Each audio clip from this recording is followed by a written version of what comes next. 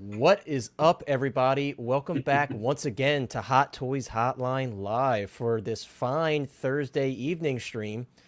Great to have you all here as always. I saw quite a few people in the chat before we started.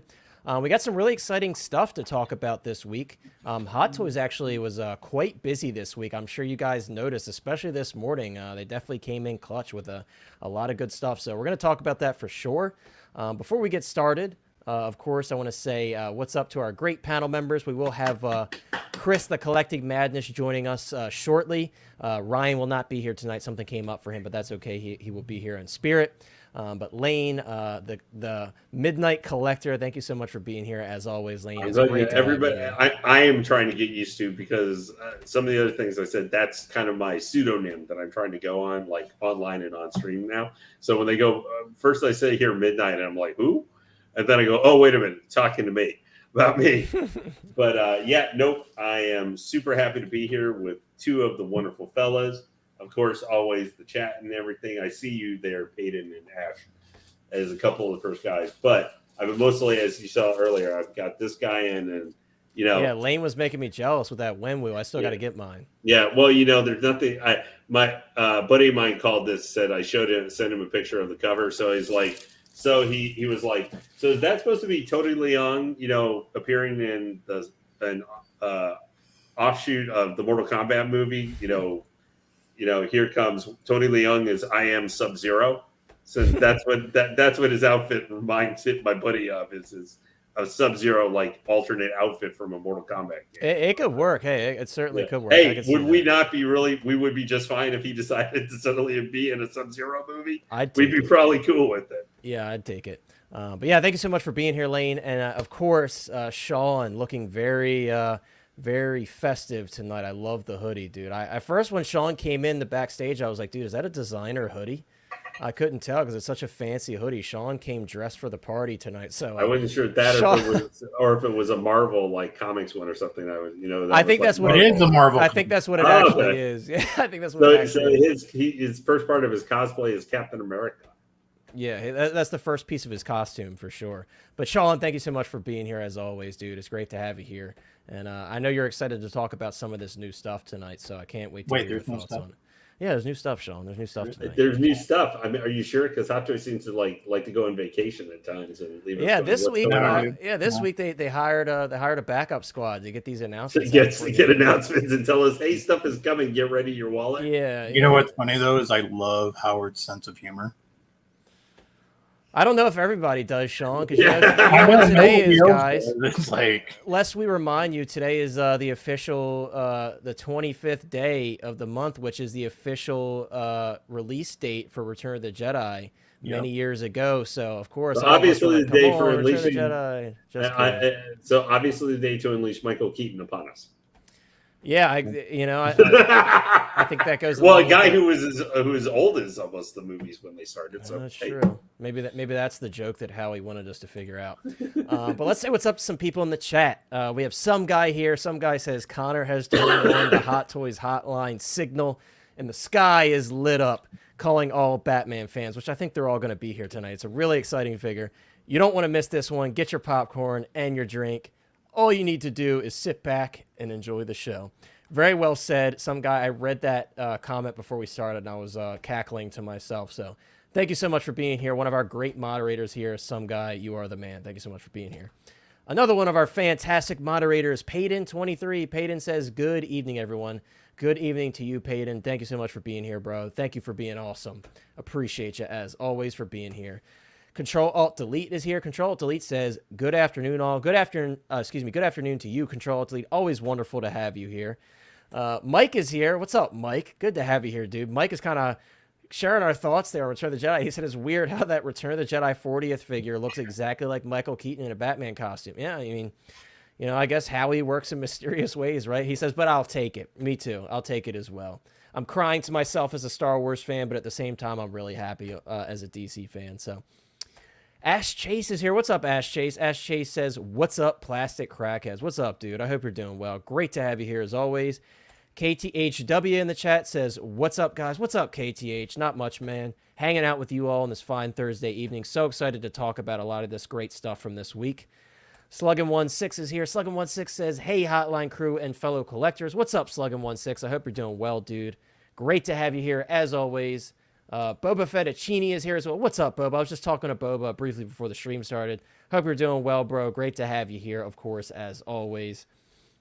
Got Loco Lou in the chat. Loco says, what's poppin', people? Hit that like button. Appreciate it, Lou. I hope you're doing well, man. Let's see who else we got. Sorry, guys. I'm just quickly scrolling through here.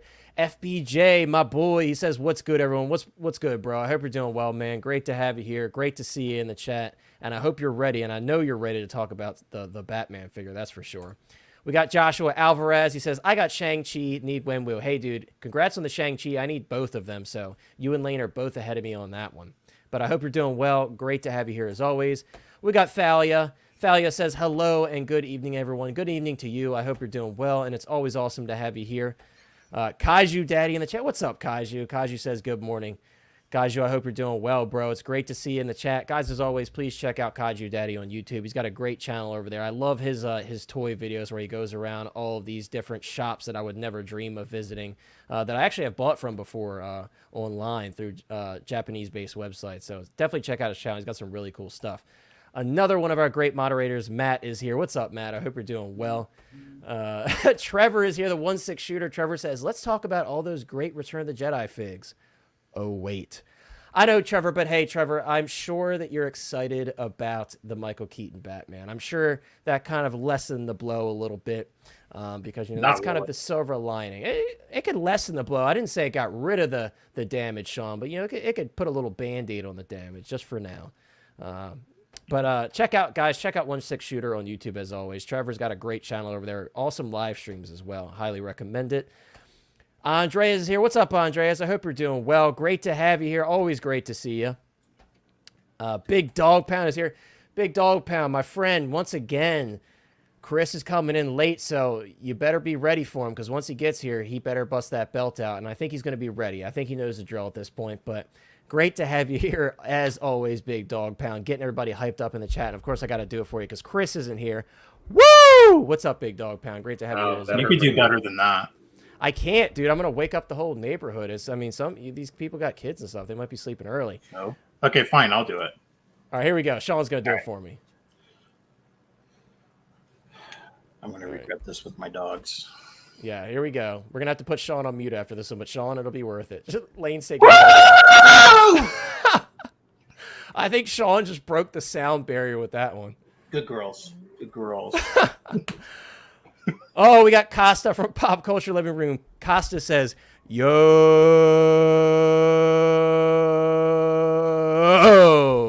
What's up, Costa? Great to have you here as always, bro. Another great channel, guys, to check out. If you're not familiar, Costa is the man who teaches everybody how to build custom display cases. He kind of inspired me myself, so definitely check it out. He does great videos. Always got to give Costa some love.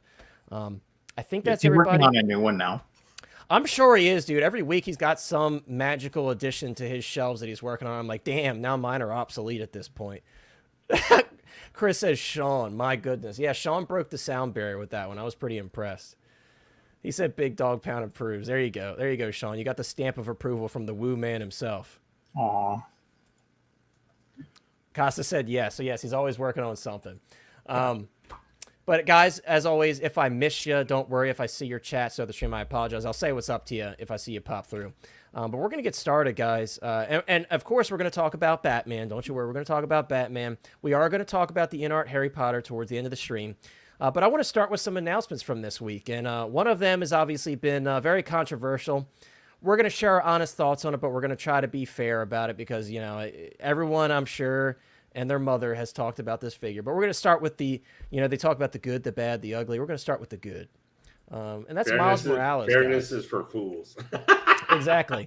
But we're going to talk about Miles Morales, guys, because I actually really, really do like this announcement. And the funny thing about this one is the first figure was very well received. So I'm not surprised that this one was announced alongside this Across the Spider-Verse line.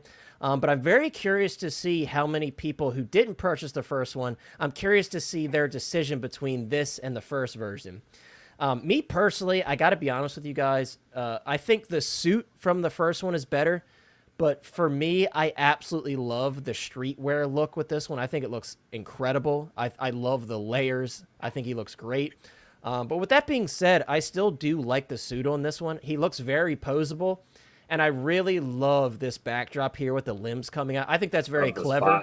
Yeah. Yeah, I think it's very clever. It does look like it's cardboard, so obviously boo on that one. But apart from that, I mean, the base, really, really cool. I dig this, man. I got to be honest with you. I really do. And this one comes with, if you get the, and by the way, guys, just to let you all know, for those of you who haven't seen yet, this is up on Sideshow and other comic shops. There is an exclusive timed version on Sideshow. So you have an 11-day and some odd hours counter right now on Sideshow.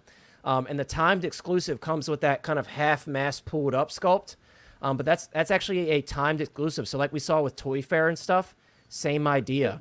That's like maybe the best time exclusive thing I've heard since maybe. Right, like it's a whole extra head sculpt for the same price. You know, it's worth it if you want the figure.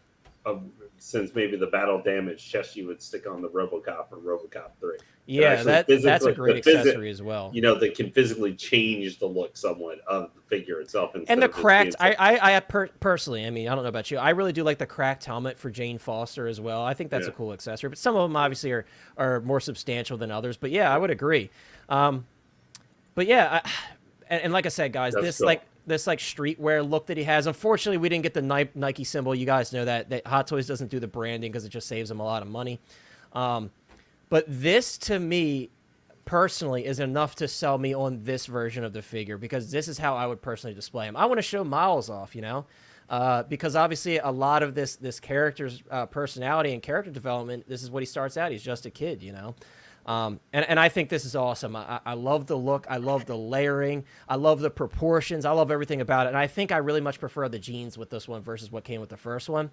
I think he looks fantastic. I really do. And again, I'm considering it just to display him in this look, because I really do just love the different layers, and I think it works really well. And the sculpt too, guys. I don't know about you all, but I love the personality with the head sculpt. And it's funny, we had these conversations about the animated sculpts with the What If line, and me personally, you know, I wasn't very much sold on those, but they've done such a great job with the Into the Spider-Verse / Across the Spider-Verse figures with these animated sculpts. Even the 2099, we're going to talk about that one. Even that one, I think, has a pretty good sculpt, and I like how it looks. But Miles especially, personally, I think they've done the best job in terms of animated translation with Miles. I got to be honest with you. I think it looks fantastic. And like I said, I'm definitely considering picking this one up. I'm going to watch the film first, I think, but or maybe not. Maybe if I'm really tempted, I'll get that timed exclusive. You never know. But that's my thought on it, guys. I think he looks fantastic. This is the timed exclusive. Again, guys, right now the counter is active on Sideshow, so if you're interested, keep an eye on it. You do only have 12 days, and that's not a fake out, guys. I know we talk about the fake outs.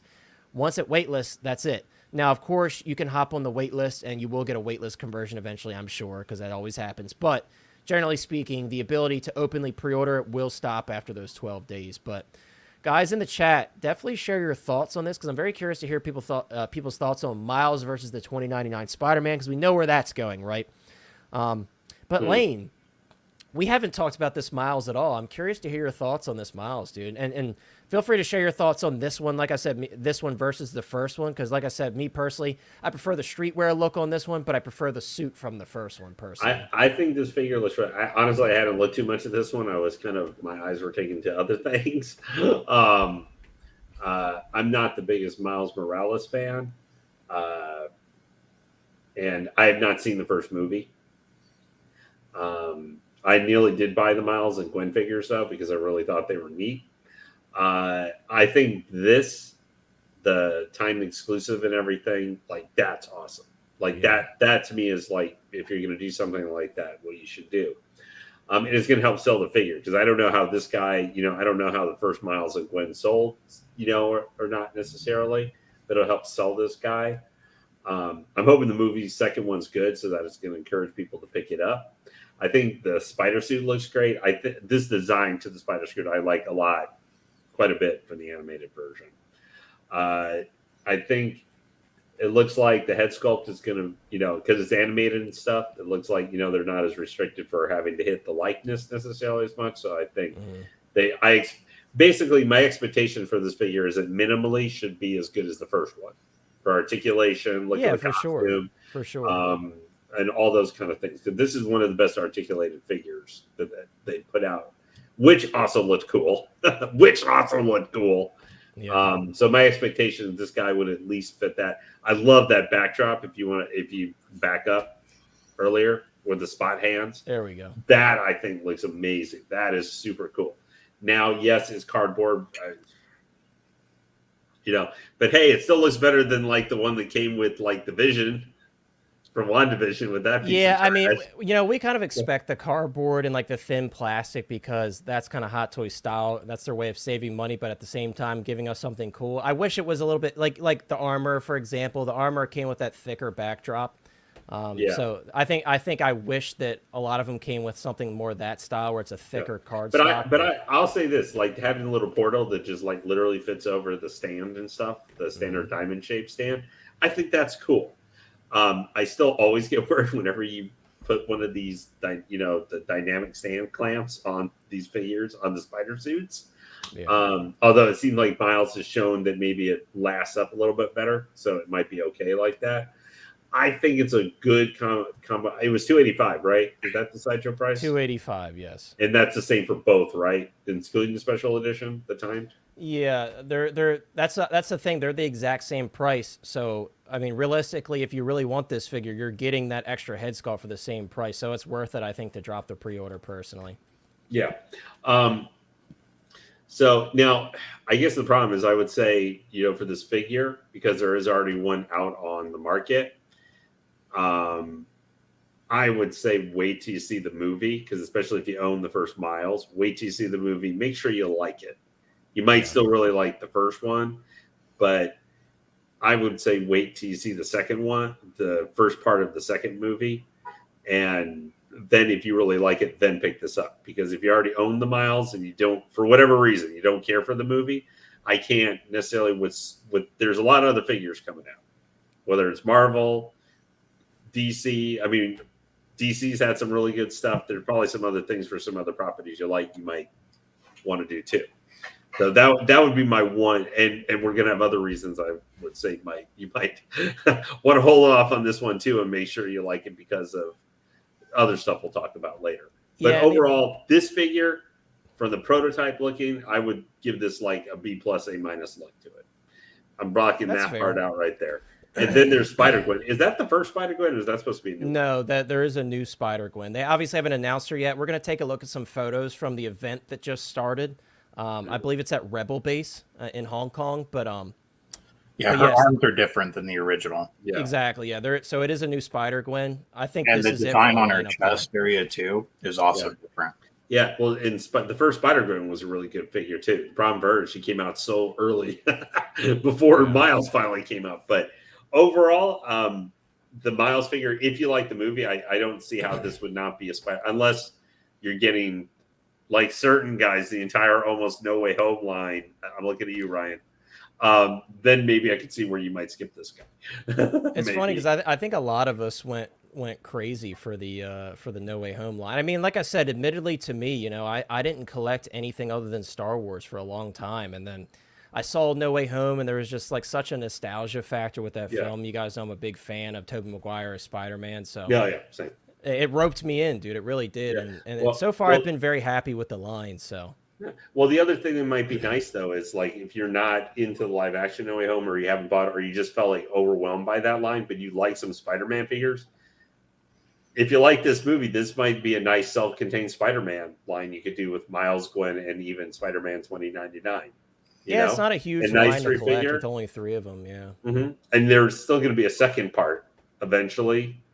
Part 2 of Across the Spider-Verse. So there might be something else that comes out, so you get a even number of figures. So this might be a nice self-contained Spider-Man line if you like the movie and stuff, or you're a fan of the animated movies. You could just get those. You don't have to worry about the 50 other Spider-Man figures that are out there. So that's something to consider too. For sure. Kaiju asked, how can they do a waitlist on a timed edition? They have. I've seen a lot of people get waitlist conversions for RoboCop, for the Jane Foster, the Iron Man. Yeah, so it's surprising, but it has been happening. I guess just people canceling their orders, it immediately filters back through the system and people were able to order again. So Wolverine's like exclusive was timed out too, right? yes, Yeah. with the The was it? Sentinel. With Is the that what it Gatling was? gun piece. Yeah. Yeah, because they had the Vader, the Obi-Wan. Vader, yeah, I think that's all. Vader, Obi-Wan had the Obi-Wan. lightsaber box. Vader had what, the hologram? I think Vader was just a Yeah, hologram. the stupid Grand Inquisitor hologram. What's up, Leighton? Hope you're doing well, man. That's why I ended up pre-ordering him just over Ed. That's why I got him for my LCS, because I just like, you know what? I really don't care about that. Yeah. So I just got the deluxe of them. That's fair. That's fair. And Toy Box, what's up, Toy Box? Fat Batman, everybody popping through. CT603. Racka Man is here. Racka Man, we're like I said, Racka. Everybody, we're gonna talk about that figure. That's of course the one everybody wants to hear about. Everybody's going hard on it, and we'll talk about it. That's gonna be our next topic. Don't you worry, but we're gonna talk about it. Loco said he just ordered with a $20 off coupon. Nice, dude. I think, like I said, I think a lot of people are going to jump on that one because of that sense of urgency with that $12, $12. I got money on my mind. These figures are so expensive. With that 12-day timed exclusive edition, I think that's going to get a lot of people to make that happen. So let's see. Euler says Miles looks great. Keaton looks great. Sylvia looks great. $20.99 is too much. That's it. Stream over. Hey, there you go. See, I mean, we always have Jordan here with the comic relief. Let's see. Mark Palmer is here. Sean's friend, Mark Palmer. What's up, Mark? I hope you're doing well. Great to have you here as always. We got Commander Green here. HG says, what's up, everybody? What's up, Commander Green? I hope you're doing well, bro. Great to have you here as always. Sean, I want to hear your thoughts on this Miles Morales, dude. Is this going to be one that you end up picking up? I know you have some Marvel in your collection, but you've been more selective late with what you pick up for Marvel. So is this one that you're interested in picking up at all? No, it's outside of what I'm doing. I only have 9 pieces of them from Marvel ordered. 2 of them are Wolverine. 1 is Moon Knight. Star-Lord, Rocket, and Cosmo. The rest are all Iron Man. So this is, I can appreciate it, but it's not something I'm going to order. But I do like how they did it. I agree. I don't remember who made the comment in the chat, but somebody did say that he's too skinny, and I agree with him. He's way too skinny. I do like the red line that goes across his legs, though, on the sides and underneath the arms. Looks really good. It's just weird, though, to have that red line underneath the arms and on the outside of the legs. Right. Instead of matching it up. But I appreciate the design and everything. The eyes are way too big to me on the head sculpt right there. But I don't know if it's like other Spider-Man pieces where you can get the different sizes and switch them out or whatever. The exclusive piece, with his bottom part of his mouth and face is pretty cool. So the funny thing about that was, Sean, do you see people actually displaying him with that? Because like the half mask pulled up for the No Way Home figures. I haven't seen too many people displaying that figure with that. So I could see him sitting next to, what was it, that campus Spider-Man, and he's passing him a churro. Hey, that could work. That could work for sure. I mean, you could do whatever you want, really. And that's the thing about collecting is someone gets an idea for something, and it doesn't, because you can make a dynamic piece, you don't have to have it to have class on how you're displaying something. You could display it however you want. If that makes you happy, then do it. Yeah. So, regardless if you like all the exclusive heads and you put them out on little stakes or whatever, across your thing, and your neighbors are talking about you, whatever, doesn't matter.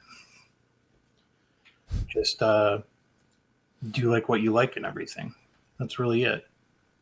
Yeah, collect what you like at the end of the day. And that's all that matters. And guys, that's a good point, Sean, because again, we're going to talk about the 29.9 Spider-Man, and it's easy. I know when a lot of us aren't a fan of a figure like that, it's easy to get discouraged. But at the end of the day, just buy what you want. It's your money. don't think because I don't like it or because Lane might not like it or people in the chat may not like it. Don't think that you're kind of unable to purchase it for yourself and have your own opinion about it, because at the end of the day, it's really what you like and what you think your money is best spent on. But I do want to segue into that figure now, because I think that's a good way to kind of segue into the conversation about this one. And again, guys, I don't want to sit here and bash this one all day. You guys already know our thoughts on it. You know, everybody's thoughts on it. Everybody's talking about it's a Marvel Legend. It doesn't look like an expensive Hot Toys figure that we're usually used to. And, you know, of course, I agree with that personally. I don't like it. I think and this is a $250 figure. So I think for $250, I'm not a huge fan of this one. I understand the complexity of design. Let me pull up a photo, and we're going to talk about the head sculpt, but let me pull up a photo of the proportions. Looking at it here, I do understand why their realm of thinking was, oh, let's go with this kind of plastic articulated body to kind of match these animated proportions. However, my thought, and I've seen a lot of other people mention it as well, I think they could have taken this plastic underbody and covered it in a suit and made it work that way. I think that was certainly doable for them. I'm not sure why they went this route. And it's funny, again, we talked about the Avatar figures. You guys know I really love those Avatar figures, and those got trashed to high heavens too, because they have the same style of body. Exposed joints on the elbows, exposed joints on the torso and abdomen area. So those figures, I was able to look past it because they're much taller figures, and they have the different gear on that kind of covers up some of the joints. With this one, for $250, it's just not personally worth it to me. Again, you guys know my thoughts on it. Not a fan of the exposed joints, but I don't want to sit here and trash it because, you know, that's what everybody else is doing. Everybody's trashing it. So I want to say, guys, it's not for me. I definitely think for $250, your money is better spent elsewhere if you're really not a huge fan of the Spider-Verse films. I think your money is spent elsewhere. Also, if you're not a fan of Spider-Verse, but you want a $20.99 Spider-Man, a lot of people have great things to say about the video game version, which you could find very cheap on the secondary market. So you do have other options for just a $20.99 Spider-Man if you don't necessarily have to have this version. I will say, though, before we move on to Lane, I do like the head sculpt. I think the head sculpt looks pretty good. I like the expression. I have no complaints about that. Me personally, I like the head sculpt so much. If I did own this figure, I'd probably display it with the head sculpt just because I really like the look of it. But that's all I really have to say about it, guys. I think it's a neat figure. It's just not, for me, it's just not up to Hot Toys standards in terms of what they typically do with Spider-Man figures. I don't like the exposed joints on it. It just doesn't sit right with me. So for me, it's going to be a pass, but I'm happy for those that want it. It's just not for me. But Lane, what are your thoughts on the figure that a lot of people are calling a Marvel Legend? Admittedly, we made those comments. I would say at least a Miz. I would say just an overpriced Mizco. That'd be more that's what I would call it. So at least it would still be $100 figure. Yeah. You know, as I said actually on After Dark yesterday, my biggest problem with this figure is, hey, thank you, much appreciated. Was just how the chest is, where it's because of the insignia being kind of broken, split there. Yeah. I look at that and it makes me nuts, man. I don't know why. I can't exactly say, but not having the entire, it'd be like, you know, we got a Venom that had the Spider-Man insignia on it that was split for some reason, you know, on the Venom figure. For some reason with the chest, if they had made one that had the Venom insignia, and it was just cut right in the middle of the body, and if you moved it, it would all look weird and stuff when you were moving the chest. That would make me go insane. I'd throw the figure out the window. I couldn't stand it. That's the part with this that really bothers me. Obviously, the exposed joints, you know, there's always a give and take. Yeah, for sure. Give and take with this. Now, I will say, so the positive, I'm going to say for me, when I look at this figure, I still don't think it's a great figure. It should not be $250. I would say max it should be as much as like Fox, $225. Even that might be too high. You know, maybe 200. But just going for just going for price point, leaving that out for what Hot Toys charges, whether you think it should be or not. I think the costume looks really good. Like they nailed the look and style to what we've seen from the trailers and stuff for the costume of $20.99. Like you said, the head sculpt looks really good. So I don't think the whole figure is a total mess necessarily. I think, why did they make the choices for this necessarily versus like why didn't Miles or Spider-Gwen, the first figures come out looking like this, or why didn't one of their figures come out looking like this? At least for Miles, we don't know Gwen yet. I assume Gwen's going to be kind of like mostly like the first one for the most part. Why those figures didn't end up like this? And back in 2019 or 2020, we were not complaining about it. But I think the costume, other than the split chest part with the insignia, that makes me nuts. Head sculpt looks great. I love the series. Now it does kind of give him a villainous expression, which makes it feel like that's what I was saying. I really like that expression. Let me pull up the photo where you can actually see the sculpts. Let's see. Yeah. I went way past. There we go. Yeah, Lane, I agree. I do really like the expression, and it's cool that this one, being an animated sculpt, has the rolling eyeballs. I think that's really cool as well. Of course it has. We were talking about the other thing with the DX slide, just getting karate chopped into oblivion that you guys were talking on Tuesday about. That even the animated guy, one of the animated $250 figure that looks like a Mezco, gets the rolling eyes and stuff. You were like, okay, I know. That's a DX feature of the past, right? Yeah, but I will say, could you switch to one of the pictures that shows like the cape and like kind of the back cape part? And I think that's magnetized on, right, Lane? Yeah, I think it said it's magnetized. I think that, like, in this kind of now, here's the one thing. So here's what I'm going to say: the plus of this figure. Seeing this, and I think he looks really cool there. I love the little cape part and everything. I think that looks great. For as much as we bash the figure for having the exposed joints, and I know Hot Toys is supposed to be about is accurate to the movie. Well, that costume for dynamically moving looks like you can pose it like it's actively moving as dynamic as he is going to through the animation of the movie. So technically,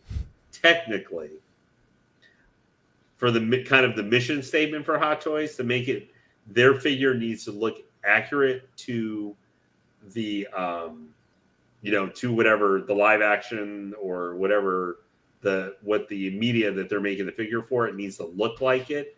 I think they do it here for this guy, and he's big too. I mean, I don't know about Jimmy Reyes being that big is like he is. Let me pull up there's that still comparison. That has all the dimensions. I didn't remember. So he's 33. People who are good at converting, what is 33.5 centimeters to inches? I'm not good at that. I'm the wrong. I think it's still 12 and a half, probably average size. Yeah, it's because obviously Miles and Gwen are pretty short, so it's probably I would imagine it's probably around there. Oiler says $199, and most people wouldn't argue. It's funny because I was telling Lane before the stream started. I saw a lot of people saying like if this one was 180 or less, I would consider it. But I mean, it's like you can't expect a Hot Toys figure with a head sculpt to be less. That's why I was saying 225. I think would be appropriate for him. I mean, I know it's not a huge difference between that and 250, but I think for what he comes with and everything, and just how he is, So he's about an average height, 12.9 inches. I mean, that's a pretty tall figure for sure. But I mean, he looks like he has huge size and bulk in the movie, even in comparison to a lot of the Spider people that were, from the trailers and stuff. So I think here his look is it. The one part that's always going to be is that he looks like that reminds you of like the Harley Quinn from Mondo, the 6 scale that they just put out for prayer. Is the knees there? I think I don't think the arm necessarily make us as crazy because we're used to seeing those on some of the figures, like even the Gore the God Butcher or other stuff. Right. I think it's a lot of the joints and knees look and honestly, like you pointed out, Lane, like the Spider logo getting separated in the middle, which makes sense I get why if this was a suit that would be hit, over the body and stuff. But I think. For nailing, maybe this guy had, from when the guys were looking at some footage or something. Hey, thank you, everybody. Hey, Dawson. Maybe it's because he has some very dynamic motion and stuff, like some of the, sculptors, all that stuff, saw footage for how much he moves or something like that. So that's why they made some of these decisions. The arms themselves don't really bother me too much. Like, for this kind of guy with the thing, I kind of expect that. Normally the arms make me a little crazy, but they don't. It's really the knees, I think, on this guy that really annoy the hell out of me. But I think this is a guy you're going to be able to pose without having any issue whatsoever. You can put him in chasing, set him and Miles in some sort of really crazy action pose. Mm-hmm. And even more than Miles, you can stick him in a cool action, throwing his spider, action pose, and just leave him there forever. Yeah. Like you can just leave him there, and that let's not forget, guys, that's one advantage to this guy. You can pose him however the F you want, pretty much. Now, some of the joints you might have to be a little bit carry out over time necessarily, but in theory, you can just pose this guy you want. Now, this guy, if you're going to get him, you're going to have to really like the Across the Spider-Verse movie, and you want to get the whole line. It can't be you're just buying him. You're going to have to want. Right. He's kind of the third part of the getting Miles, you're getting Gwen, and he's kind of the villain. You want to get the villain, have him with, or you just want to have all three. And that's a nice thing where if it is just the three figures from the movie, that's pretty easy to do where you can do it as a self-contained thing. So he will only be a completionist figure, for that line. I'm getting the other two, so I'm going to get him. And he's not super crazy priced. He's not super ridiculously priced. He'd be something if you get some points or something to use on. But anyway, that's what my thoughts are. That's fair. But yeah, I agree, Lane. I think if you're a fan, like I said, if you're a fan, especially of this film after seeing it, I wouldn't blame you for picking it up because it is a kind of a unique animated interpretation of the character. And maybe the video game version isn't for you because it won't fit with the other animated figures.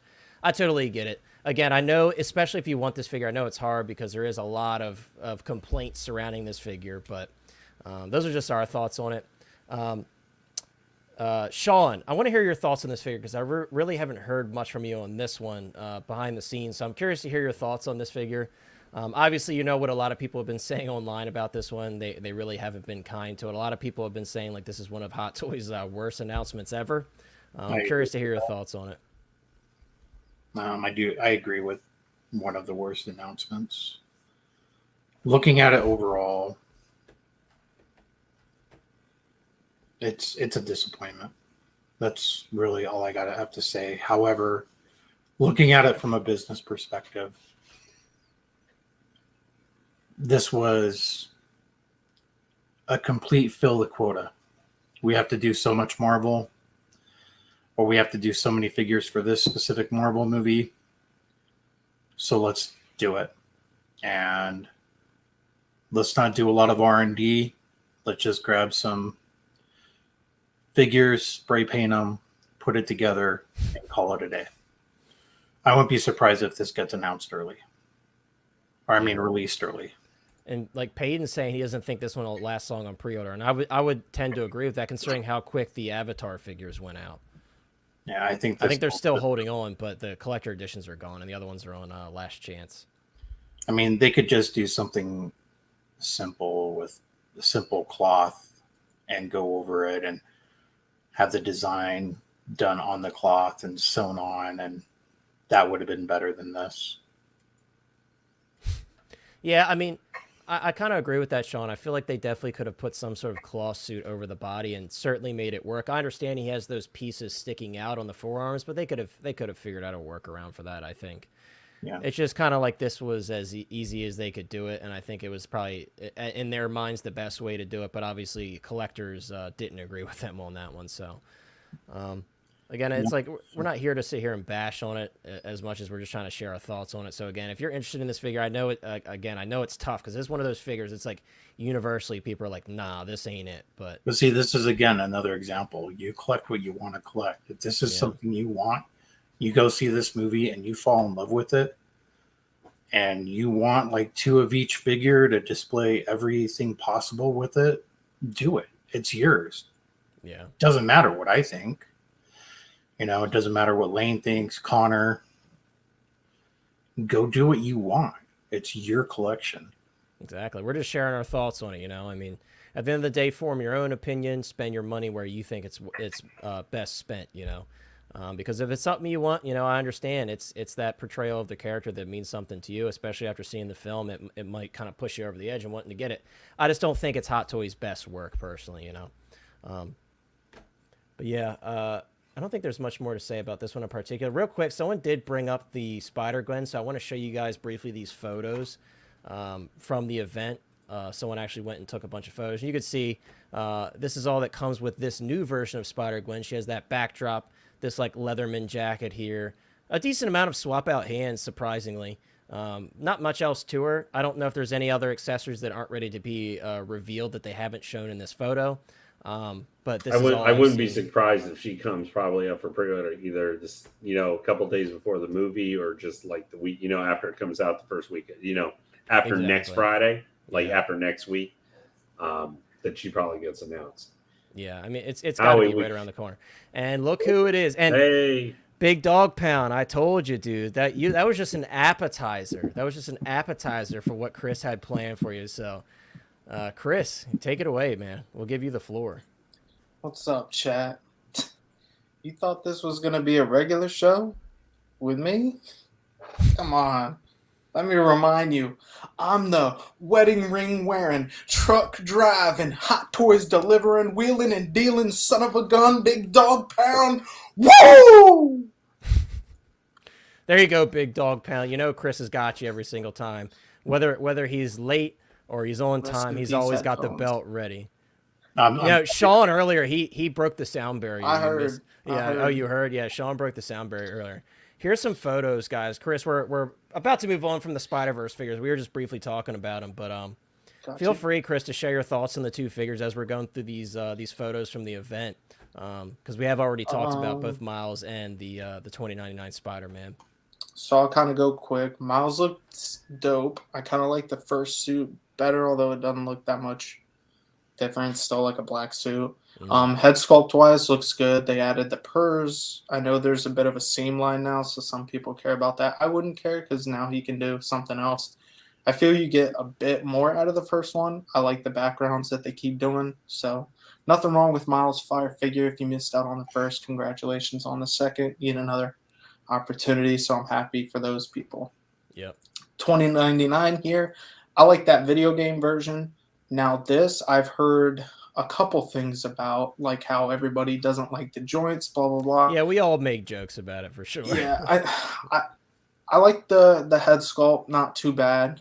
But I just feel like compared to other animated or realism things they've done, they definitely cheaped out on this. Now what we don't know is, and I heard this in a stream by Figman, so shout out to him wherever he is. He had said, like, what if this is how he looks like in the film, like in a dimension, because they do have Lego people. What if he is like a figure? You know what I'm saying?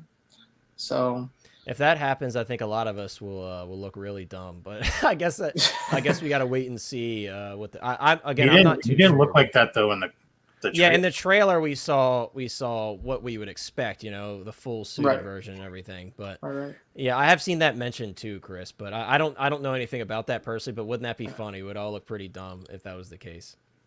Other than that, it's almost like you could get this at like Target, Walmart. We made that joke like last week. It's something off the shelf. The only thing that would divide it is the head sculpt, obviously. And now we Right. saw Hot Toys, their photos that it has that loom effect or whatever with a black light, Yeah. which is kind of cool. I like the colors, but yeah, this won't be in the collection.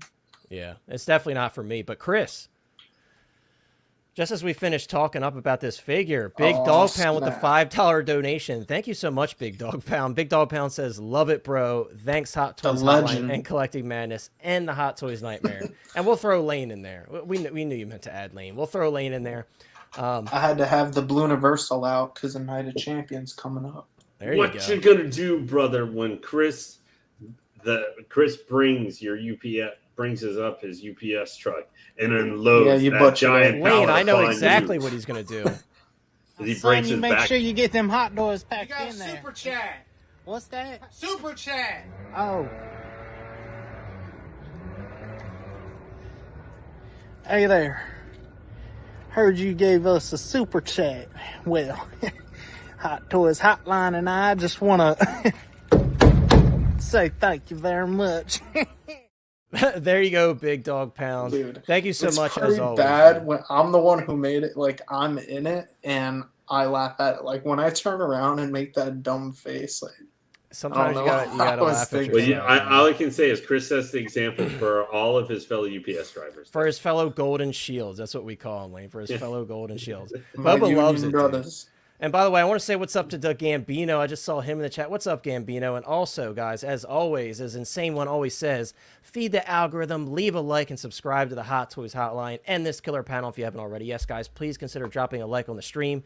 Subscribe to the channel if you haven't already, and please check out our wonderful panel members who do have channels in the description below. I'd very much appreciate it.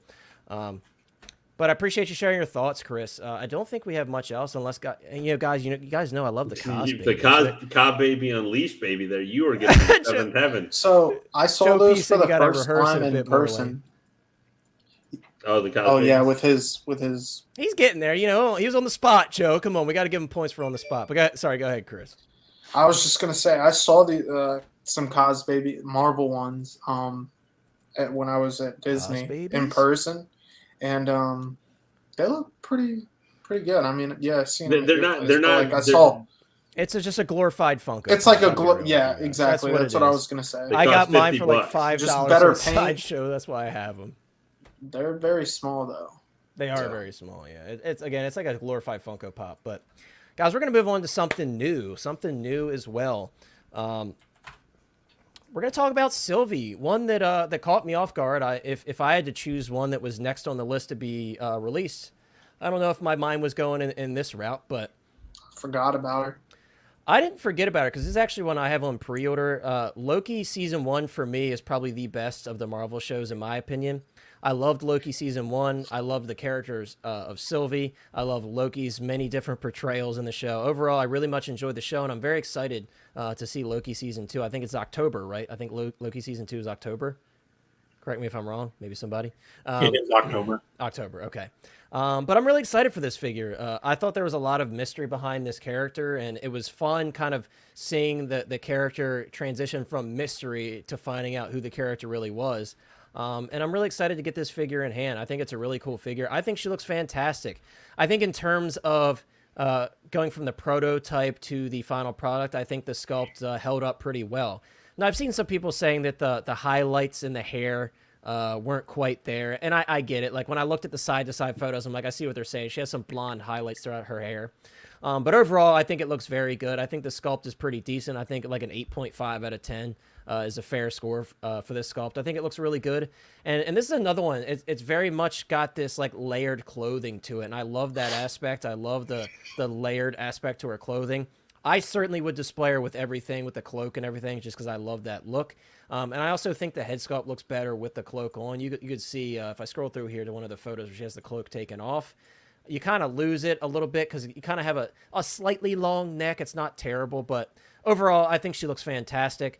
This appears to be pleather to me, so obviously be careful with that because you know how pleather is. But yeah, overall, I don't have much bad to say about her. I think she looks great. As someone who pre-ordered this figure, I'm very excited to get this figure in hand.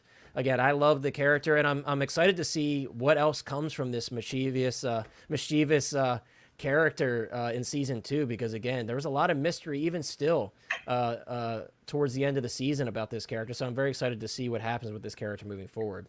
Matt says it's a pass for him. What's up, 16 Junkie? Got 16 Junkie in the chat. What's up, dude?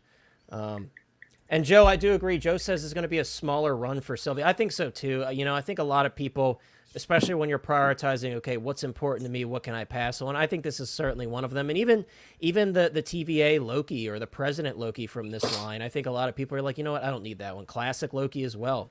We saw that one go to waitlist not long ago. So I think this is certainly one a lot of people are going to pass on for sure. But Chris, I kind of want to jump right to you since you just got here. I want to hear your thoughts on Sylvie, man. I'm curious to hear what you think of this figure. And is this one you're picking up? I think she looks good, and no, I'm not picking it up.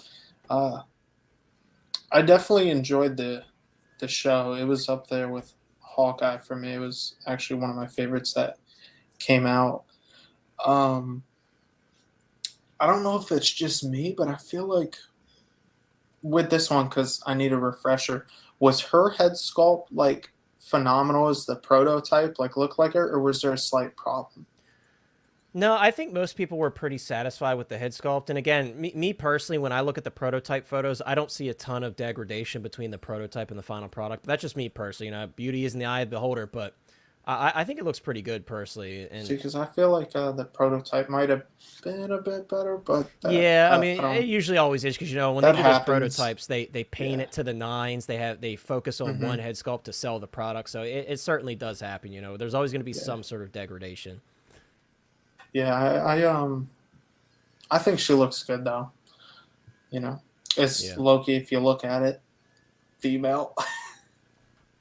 Yeah, and then Loki and Sylvie had such an interesting relationship too in the show. I was just about to touch on that. Yeah, like, go ahead, dude. falling And in real love quick, with I want to say himself. what's up to Austin Nicholas. What's up, dude? Hope you're doing well. Great to have you here, and always, as always, Austin. Great to see you. But go ahead, It's just- Chris. I was just gonna say it's just classic Loki, like falling in love with himself. But Maybe that's part of the statement about the character they were trying to make to us, huh? right. But Well, no, wait, wait, I'm gonna let wait. some other ones who are probably more excited about it than me. Like I like her. I think she looks fantastic and she'll look good in the display. And the tailoring's definitely on point. I like the little crown here, but Yeah. and the hair, they just always do fantastic with the sculpting of the hair. Yeah. But yeah. Yeah, I don't know if we have any shots of like her from the side, so you can kind of see the sculpted hair from the back. I'm not sure. That's Definitely, a good look too. That hooded It look, ruins that's awesome. without all that stuff on. It kind of looks weird raised off the shoulders like that. I agree. Yeah, the head sculpt, like I said, the neck to me looks a little long. You can kind of. I mean, I think the hair looks pretty good. From That's the a bit side. better shot there, though. But yeah, I could see it. You get a little bit of a lengthening. Hey, do of the those neck. light up? That I'm not sure about. It appears to be That'd be pretty Photoshopped cool. to me, but I'm not positive. I don't think they light up though, because here you can kind of see it. It looks to me like it's just the Yeah. sculpted colored plastic. But yeah, dude, I think she looks good. Again, I know a lot of people aren't going to end up picking this one up. Sean, I know you had some thoughts on this one. I'm curious to hear your thoughts. And is this one, Sean, that you're interested in at all? This or even the Loki? Are you interested in this line as a whole? So Loki was one of my favorite shows for Disney Plus. I mean, obviously Mando was my favorite, but this is up there with it. It gives such an appreciation for the character Yeah. to especially see him in the movies go from bad to good, and then see him go from bad to good also, but with a different route that led him to being good. If we got an Owen Wilson figure, Agent I Mobius. would have dude. ordered the line. Me too. I would have ordered that completely figure would for have. sure, but yeah. You know, to include if we got like a TVA soldier, you could just mask him up with a baklava and the goggles and call it good. But if we got Owen Wilson, I would have ordered the whole line, but we didn't. Was I tempted this whole time to order them and go on the wait list for the Lokis? Yes. The writing was done so well on these episodes. You could tell that the writers actually cared to show this side of Loki. Yeah. And that's not something we've truly seen with Marvel or even really with Disney since the Russo brothers finished Endgame. Yeah, that's true. I would agree with that. It's almost like they lost their great writing staff. And, you know, a show can have horrible writing and the actors make it good. But when you have great writing along with great directing and a great cast of characters, which they did in this show, gave me such an appreciation for it. And it's been hard to say no to this because I've been going out of Marvel. Yeah. But it has been really tempting. Yeah, I feel However, you on that. what I'm surprised about is this figure never went waitlisted on Sideshow. Yeah, this one made it, but the Loki didn't. I found that very interesting as well. It's just, you know, all the other Lokis went waitlisted. This didn't. And someone made a comment about it's probably a small batch. I don't think it is if it's still open right now for pre-order. Yeah, I haven't followed the I could be numbers on wrong. Sideshow on it, but yeah, it is interesting because all like the classic Loki, the TVA Loki, and the President Loki are all waitlisted. So I wonder what the decision making process on this one was. Was it selling better than the others, more than we know? Maybe, but I feel like when I would quickly glance at the top sellers list, this one certainly wasn't high on the list. So yeah, I'm very curious as well, Sean, why this one didn't get cut off early. I'm not sure why. I'm truly puzzled by that, but yeah, and also, Sean, I wonder if you ever saw these like cheap on the secondary market, would that kind of influence you to maybe grab them? Maybe that'd be the thing you needed to make that decision. No, and the price was actually fine for these. I wonder if she'll be like a figure that isn't super popular right now, or kind of, because it was on the back burner for me, but she could come out once you start seeing reviews and stuff, like, and actually be a really, really decent figure. Yeah, it could be. Another thing though too is if we really look back in the past, all these people were saying how much once we got the tease about Loki, about we better get Sylvie and everything, and I'm going to order her. And there was more talk about Sylvie than there was Loki before the Loki got announced. Yeah. So maybe Hot Toys and Sideshow saw that hype and they overproduced and overordered. I mean, and Costa makes a good point. Costa says probably they had a minimum amount to produce and the minimum hasn't run out yet.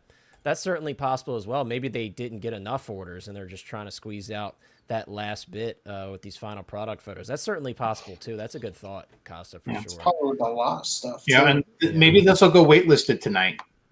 And then all of a sudden we'll get all these things like, I never had a chance to order Sylvie.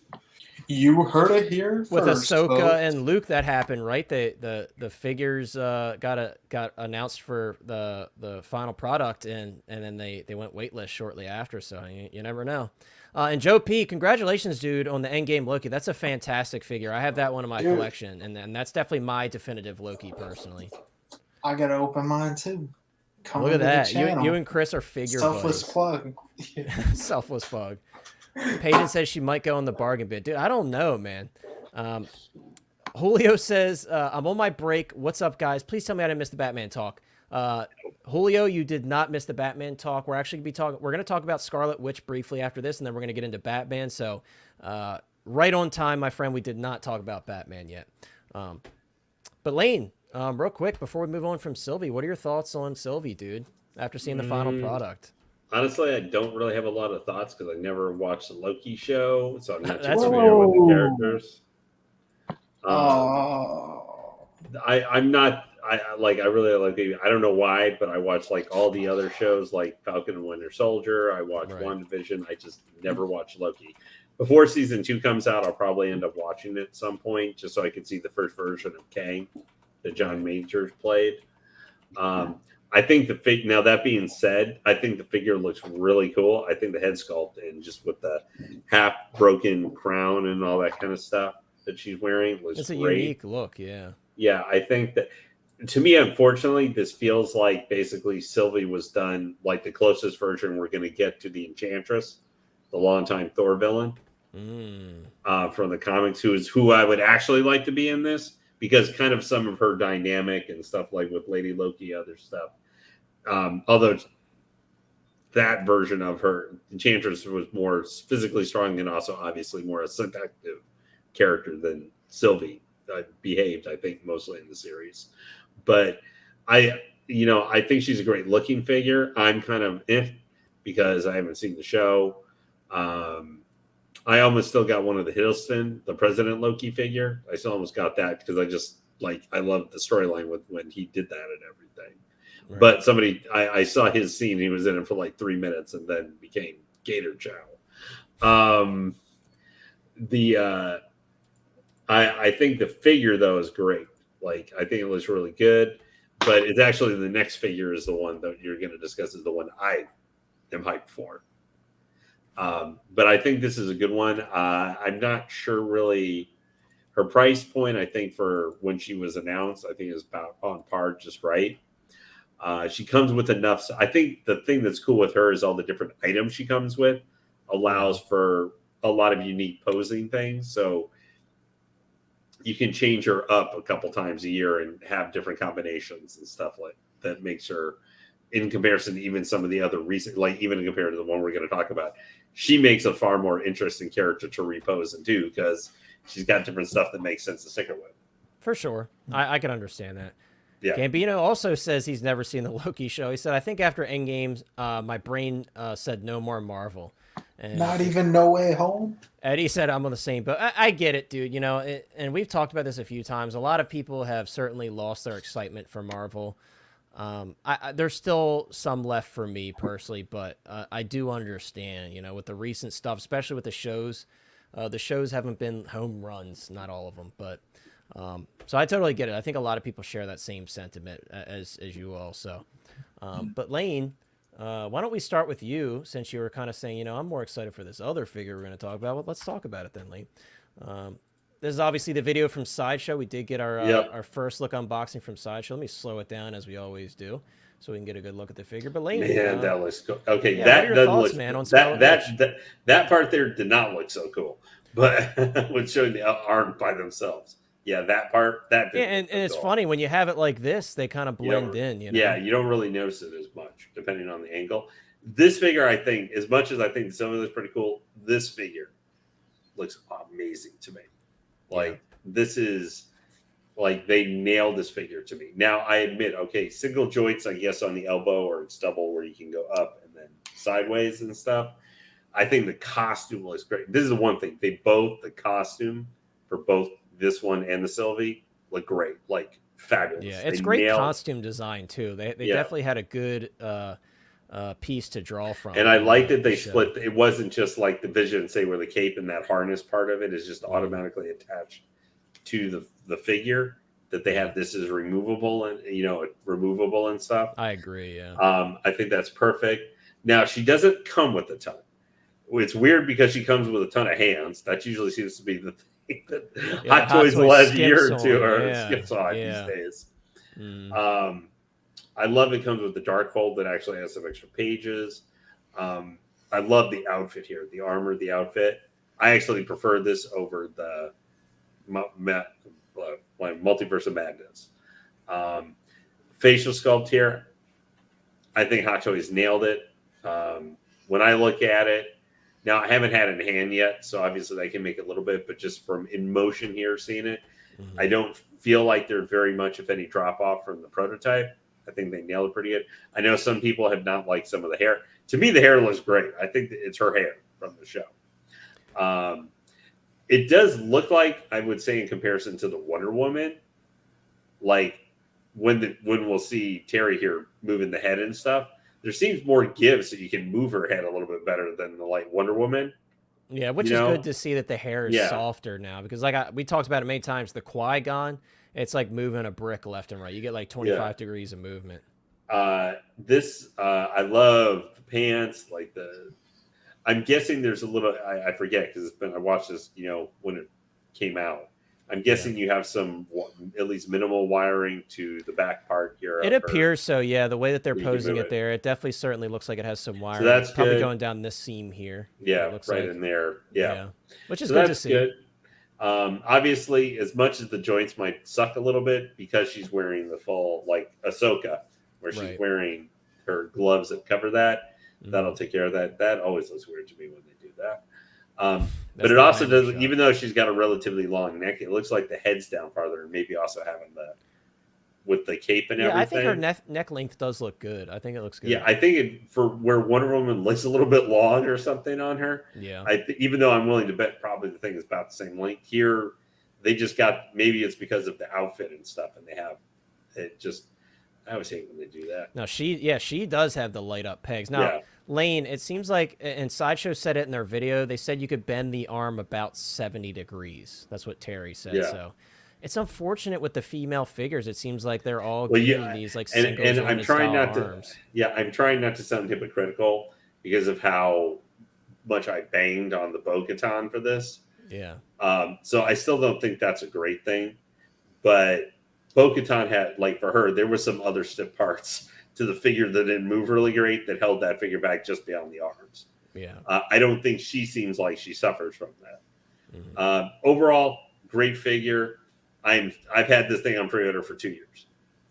first 6 months after it was announced, I think I had it on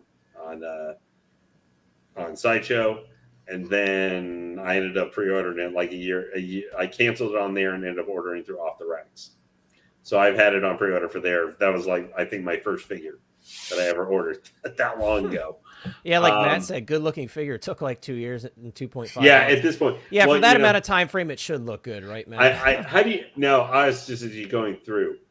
How I would just for the rest of the panel guys, how you guys think of this? How do you like her crown on this figure versus the Multiverse of Madness version of the crown? Do you like this? Just as we go through and stuff, do you guys like this one better? It's just funny because it seems like most people prefer this like hero look, as a lot of people were calling it. Yeah, I like the evil look from Multiverse of Madness.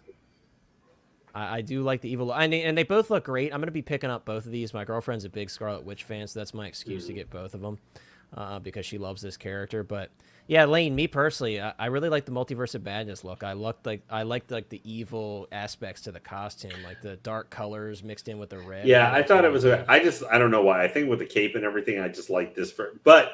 This is also because she's probably going to be this one's going to be in stock, so you're not going to have to worry about something. So the excellent choice for people for this character is they're going to have choice. That seems to be for where we talk about everything selling out and stuff and how great for collectability. the maybe the drawback a little bit is if they're putting out multiple characters, figures of the same character, your choice kind of goes bye a little bit.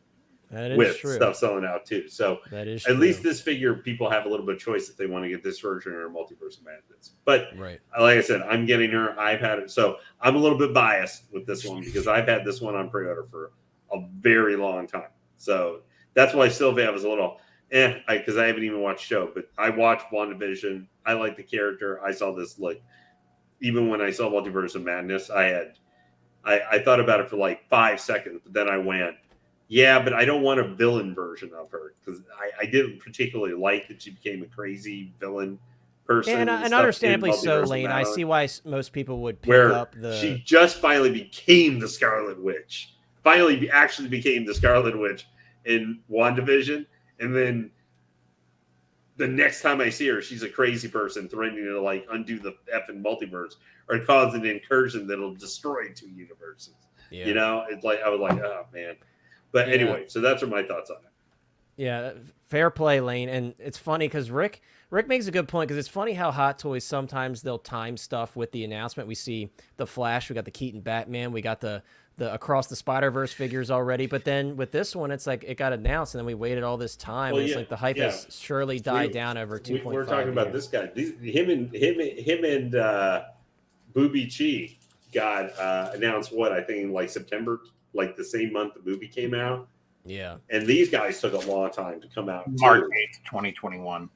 Sheesh. It's been a long time for that one. She was only delayed twice, though. But every time they delayed her, they pushed it back pretty far. 6 months. Well, they did the same thing for, the Catwoman from Dark Knight trilogy. Who would get the mom jeans Wanda, by the way? Would you get the mom jeans Wanda? No. She kind of went off as Mom Jeans Wanda, though. Well, I mean, if they did a blooded covered one, so we're getting with the bloody head sculpt, the whole Sam Raimi Evil Dead effect the Sam Raimi aspect, that would be cool. But yeah, my thoughts on this one, guys. I think she looks great. I will say, we always read the Hot Toys comments to kind of see what everybody's thoughts are, and generally speaking, most people were pretty positive about this one, which is good to see. Of course, some people have their thoughts on it; they have their issues here and there. No figure is perfect, but generally speaking, I think she looks great. Are the exposed joints on the shoulders a little noticeable in certain poses? Yeah. I feel like if she got the Wonder Woman treatment and got that nice silicone body when they first announced this figure, it would have been like the ultimate. And especially after seeing Ahsoka, the Mando Ahsoka with those seamless shoulders, they look so good. So obviously that would have to have been how she was announced. They wouldn't just randomly switch the body on us unless it was like a Peacemaker situation where no one was pre-ordering. But with all things considered, I think she looks great. I love the wiring that you mentioned, Lane. I do think this is a really good look. She doesn't come with a lot, but, Scarlet Witch has so much presence, especially with this costume design in the show. I think she looks great as she is. You put the effects on. Someone mentioned, Rick Galindo said that the cape looks kind of like Mysterio's. And, yeah, the cape looks fantastic. The details and everything. A very highly detailed costume design, and I think it looks awesome. I'm definitely a big fan. Rick, we did talk about the 2099 Spider-Man. I tried to go a little easy on it. I'm not a fan myself. We made our jokes last week when we saw the teaser photo, but yes, we did talk about the 2099 Spider-Man earlier in the stream. Trevor, I have seen that one. It's not one I'm going to pick up, but I've seen a lot of people say that they wanted to get that one, and I have seen some really cool, which I love this look as well. Just the show had such great costume design. The Halloween costume Wanda, I saw the third-party version of that. The sculpt wasn't great, but still definitely really cool, and I really do like that look. That, of course, in the Vision as well. My girlfriend and I, we have the Funko Pop in the Halloween costume. Ghostbusters Plus Collector, what's up, dude? I hope you're doing well. Great to have you here, bro. And also my boy David. David says, oh, and pre-ordered, you break the rules when you in love. Yeah, I mean, hey, that always happens, dude. You know, that she got me. She got me with the figures, man. Matt says, Multiverse of Madness version is better, but this has the light up hands, which are cool. WandaVision Wanda is like a bad princess where Mom Wanda is full. Yeah, she is certainly... she goes a little crazy in Multiverse of Madness, but she redeems herself in the end, you know? You always gotta feel for the redemption arc. But Sean, moving on to you, dude. Like I said, for me, I think this is a great figure. I think it looks really good. I think the sculpt looks pretty close to the prototype. What are your thoughts on this version of Wanda from WandaVision? It is a great figure. However, the technology's there. Her arms are wrapped up enough to where they could have given her a double jointed elbow for the light up function, which would have made more sense than the single jointed elbow. They could have done better as well with that shoulder area. And I know a lot of the excuses where you could put a cape on it, but I don't think a lot of collectors really want the cape on this version. They would just pose her like this, right? I'm not sure. You know, I've seen some people commenting saying they like how the cape look. Me personally, I'm probably going to display this one with the cape. I like the shoulder look, so I'd be forced to just to hide the seams if I did get this version. Yeah. Yeah. Okay, so maybe I'm wrong. I mean, with the cape, it would look all right, but no, you're not wrong. I'm saying I would prefer to do this look, but because of the seams is why I would do the cape. Yeah, the cape definitely helps you like mask it a little bit for sure. Kind of like with Leia, the Return of the Jedi Princess Leia and the Endor gear. A lot of people, including myself, put on the poncho.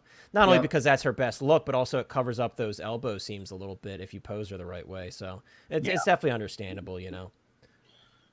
But I thought just laying it out like this without the cape looks better.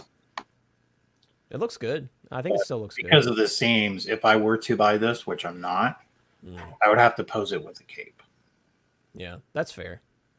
That's fair. But, you know, the light up function, from what I've seen on another review that had it in hand, is pretty good. It's brighter than what I expected. I expected it to be like on low setting brightness for the eyes, but I do like how the hands section will actually glow now. Yeah, I think that's really cool. For that.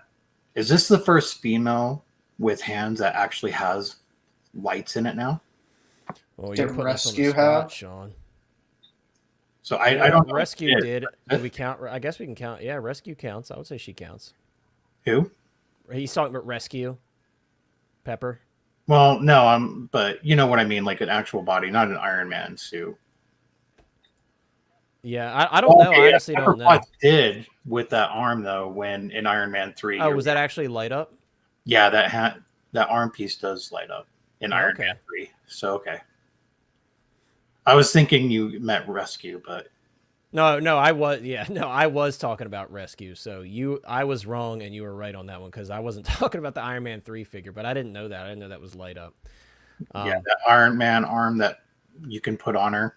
Oh yeah. That makes sense that was light up. Gambino says Wanda is gorgeous, is a gorgeous figure, but I passed. For Marvel, I only have an Iron Man with Gauntlet, Spider-Man, Toby, and Garfield, Jane, Mighty Thor, Wasp, and I want Drax and Gamora if they release them. Yeah, Gambino, I hope they release the Drax. I mean, I think they're going to. I think they're going to give us the whole crew this time around because it is the final film to to kind of close out the film, I think it'd be smart for them to give a, because everybody's seeing the film now. It's a tear jerker. It's a fun time. I think a lot of people are interested in picking up the figures because of that. So I think they're going to give us the whole crew for sure. But Chris, finally, before we move on to the star of the show tonight, what are your thoughts, man, on this Wanda figure? Yeah, man. At some point, I gotta get me a mommy Wanda for sure. So Any version, Yeah, and I only plan on one, so I gotta make my choice wisely. Now, I did plan on getting the mom version, but then, like you've said, looking at this, the hero, I just like the way she looks. The joints kind of pushing me off a little bit for at the shoulder, not gonna lie, but it still looks good, and I probably could work with it. Yeah. But I'm just gonna wait to see what the final looks like of mom, and then go from there. That's fair. That's fair. And I think they did a good job posing her here, kind of doing the best they can to hide those joints. And I think, like you said, Chris, when you have the cape on, it definitely does a good job at hiding those joints for sure. Yeah, and I also like the light up hand feature. I think that's pretty cool. I like little stuff like that. Yeah. The cape being like Mysterio, I can't unsee it now, but his cape is a pretty good cape. And Oh, then yeah, it's sometimes, I mean, I don't like too much wire, so sometimes I do like to have stuff more drapey or flowy. But for a pose like that where she's in the air, I can kind of see why they went with it, and it looks pretty good. Yeah, I agree. I think wiring was a smart choice on that one. But now, guys, we're going to move on to what a lot of you have been waiting for. Julio, like I said, dude, you didn't miss out. We're going to talk about the announcements we got. The announcement we got this morning, guys. It is very, very exciting to a lot of us, guys. We already got our first figure from the Flash film, and it's not the Flash. It is the Michael Keaton Batman. And, guys, I got to be honest with you. This figure is absolutely beautiful. This one, I kind of woke up and I almost didn't believe it because, like we said earlier in the beginning of the stream, this was our Return of the Jedi Hope Day. We all were expecting, hey, this is the 25th. This is the official day that Return of the Jedi first launched in theaters many years ago, and we were all expecting it. But unfortunately, Hot Toys had other plans, but it's not a bad thing because we got a fantastic figure in place of the Return of the Jedi stuff. So I got to be honest with you guys. I think this head sculpt is absolutely beautiful. And I know some people are putting it up next to photos of Michael Keaton. They're saying this wrinkle's wrong, what have you. Me personally, overall likeness on this sculpt, I think it's got to be a 9.5 out of 10 for me. This one scores really high for me because I just think it looks really, really good. It's 100% Michael Keaton to me. Sure, there might be some extra wrinkles in some places that there doesn't need to be, but of course, as we always tell you guys, and a lot of you guys know this, the final product does soften up a little bit. So I think once we hit final product territory, I think it'll probably be right where it needs to be. And maybe they'll make some slight changes between them. But if this is what we get, I'm perfectly happy. This is a fantastic head sculpt, in my opinion. I'm really just blown away at how good the likeness is. And I'm very curious. Guys, I'm going to do a poll. And shout out to Ryan. Ryan's not here to talk about the polls, but I'm gonna remember this time to put up the poll. So let's see. We're gonna do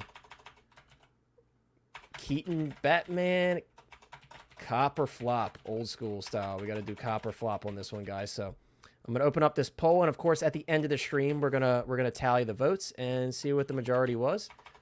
So guys, go ahead and drop your vote for the Keaton Batman. So the poll is up now.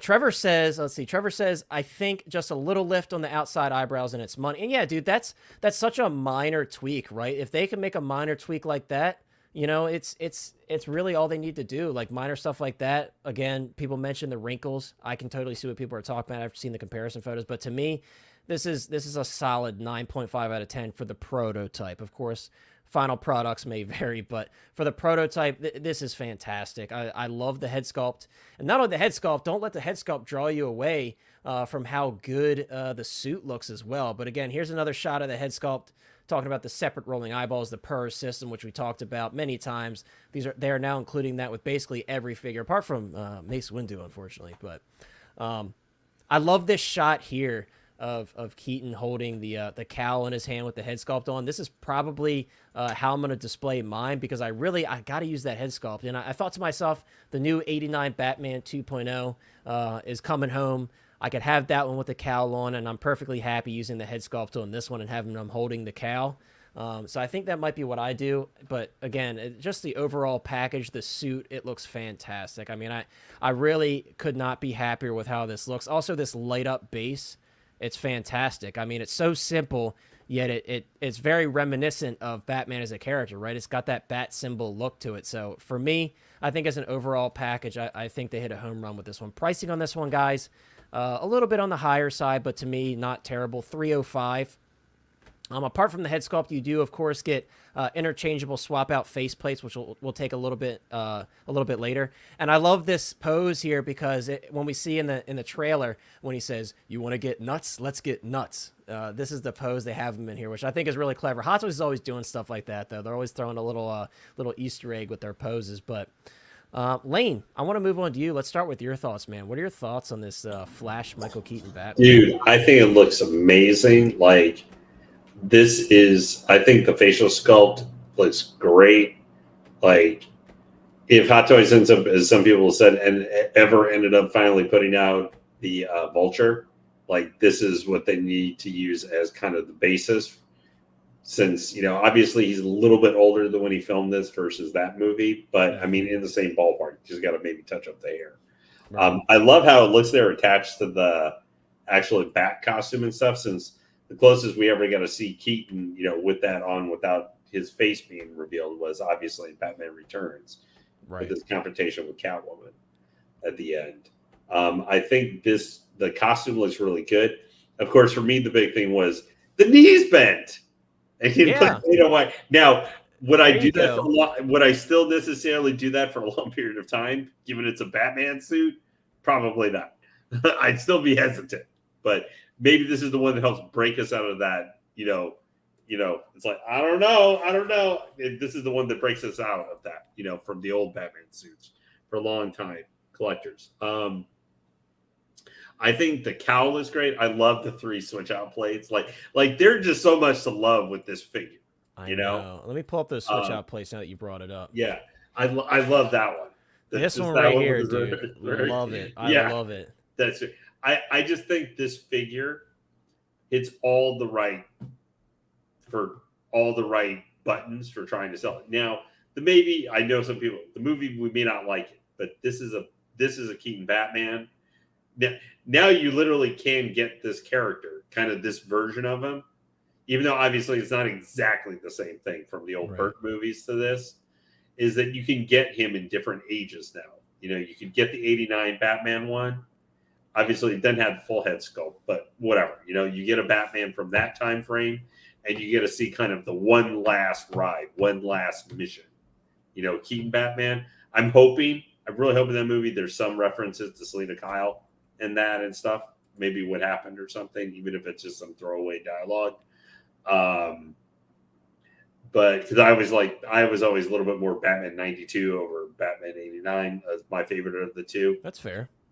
Even though I would probably say the best villain character was probably the Joker in both movies. But this is such a neat figure to see. Now, this does say something to me where I would ask you guys, you can make a comment and think, would we be shocked? What if this is like the only figure we got from the Flash movie? Wouldn't that be? Lane, you're always putting that bad juju on us. I don't think that'll happen. No, we're definitely bare minimum going to get that main Flash suit for sure. Yeah, the Ezra. I'm sure we'll get Ezra Miller Flash. Yeah, I don't know about the one with the Keaton Bat cowl Flash. I don't know if we're going to get that one, but where he's got like the modified bat suit with the cowl up to his neck. But we'll get that one. I think they did a fantastic job with this figure. The prototype looks great. It's there isn't much. I mean, it's hard to say. I can't think of anything off the top of my head after looking at the pictures that I can say any specific concern I could have about the figure. Other than I guess maybe even with better movement, maybe it's still going to be one that's going to be a little bit difficult to move. Maybe in comparison, just because of still the design of the suit in comparison, maybe, I don't know, maybe like the patents of Batman might be a little bit more posable just because of the design and look to his Batman suit. But I will say though, this and I think the price point is just right for this guy at $305. I might have said like $295, maybe something, but he's literally you've got the 89 Batman, because of the Keaton Batmans, you've got the 89 Batman, the regular edition, collector's edition is 279.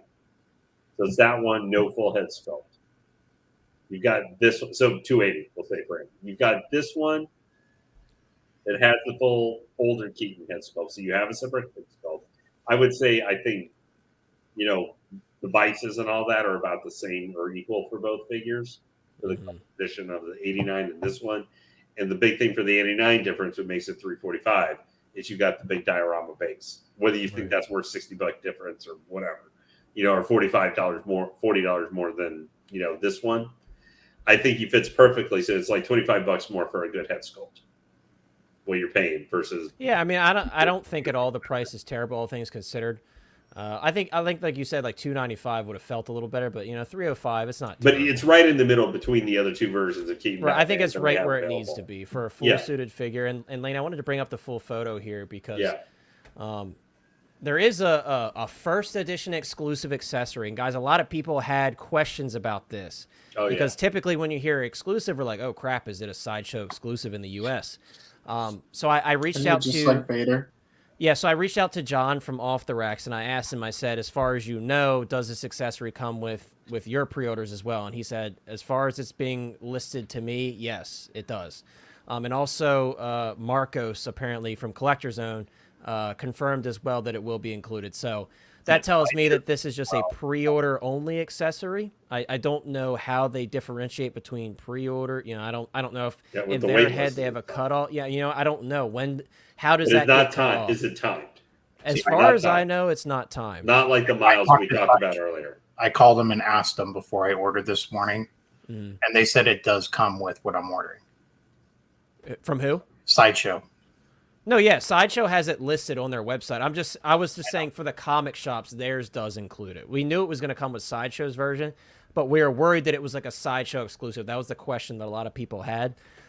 So a lot of people had that question. So that's why I reached out to John from Off the Racks and asked him, and he said, yes, it shouldn't be included. Now, I will just say this will be my last thing, and then so we can get to other people.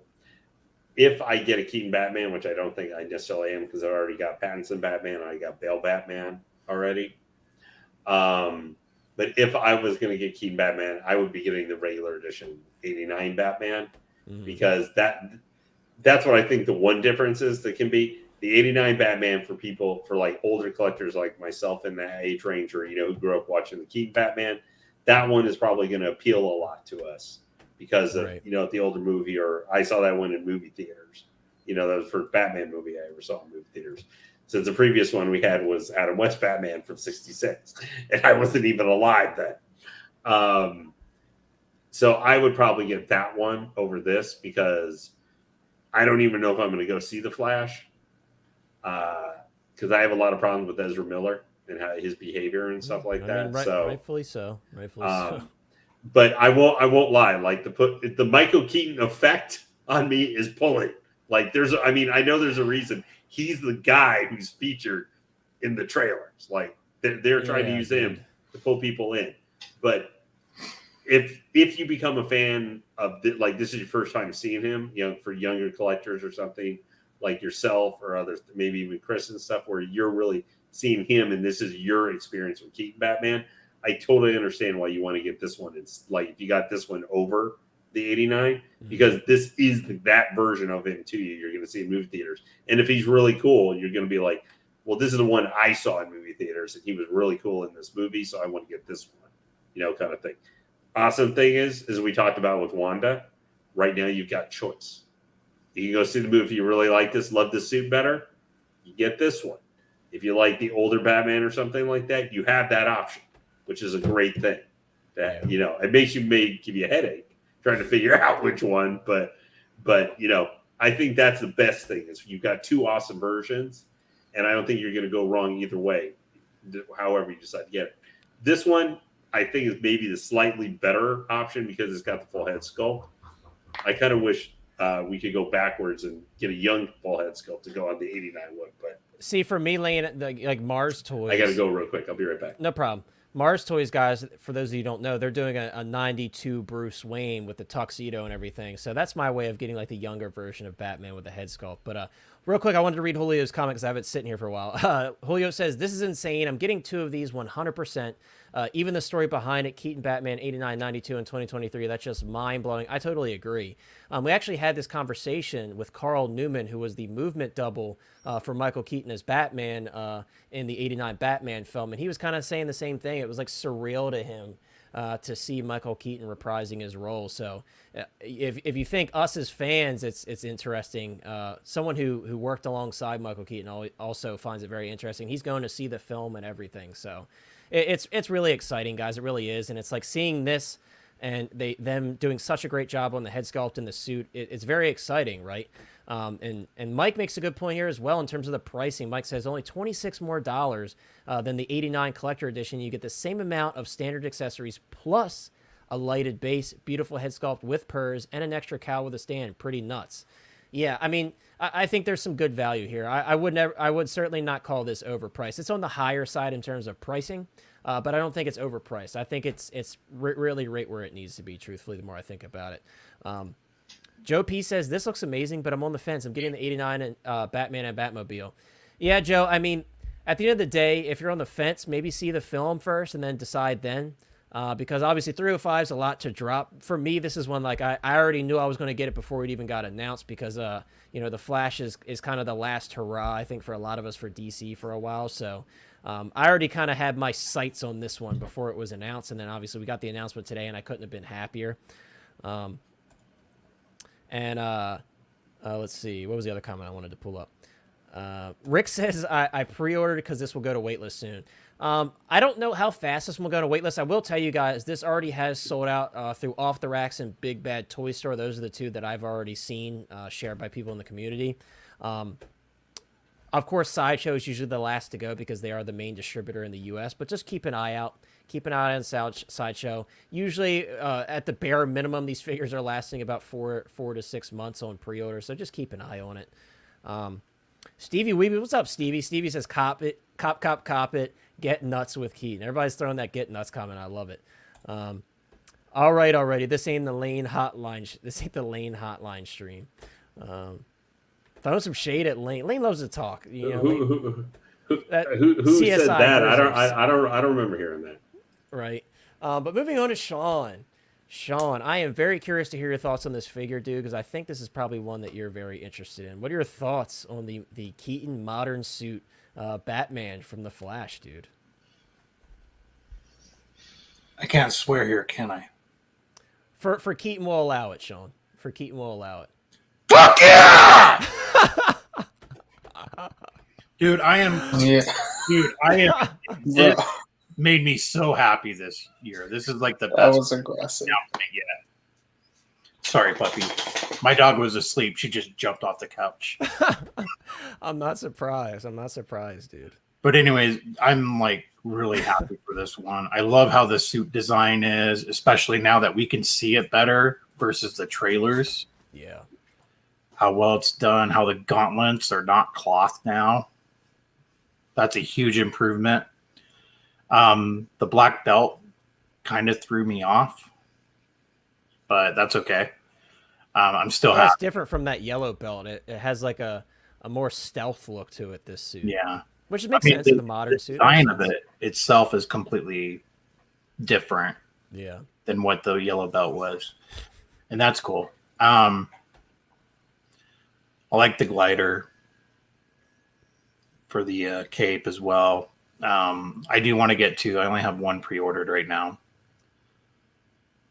But I'm excited to see what else is going to come out because I think we're going to get a lot more than this. Especially, I know we're going to get another Batfleck. Maybe even that motorcycle, that bike that he has, he might get that too. Because that's just something easy for Hot Toys to make. You never know. And the last trailer, we got to see Alfred. Yeah. In there. That would be good if we got one of him.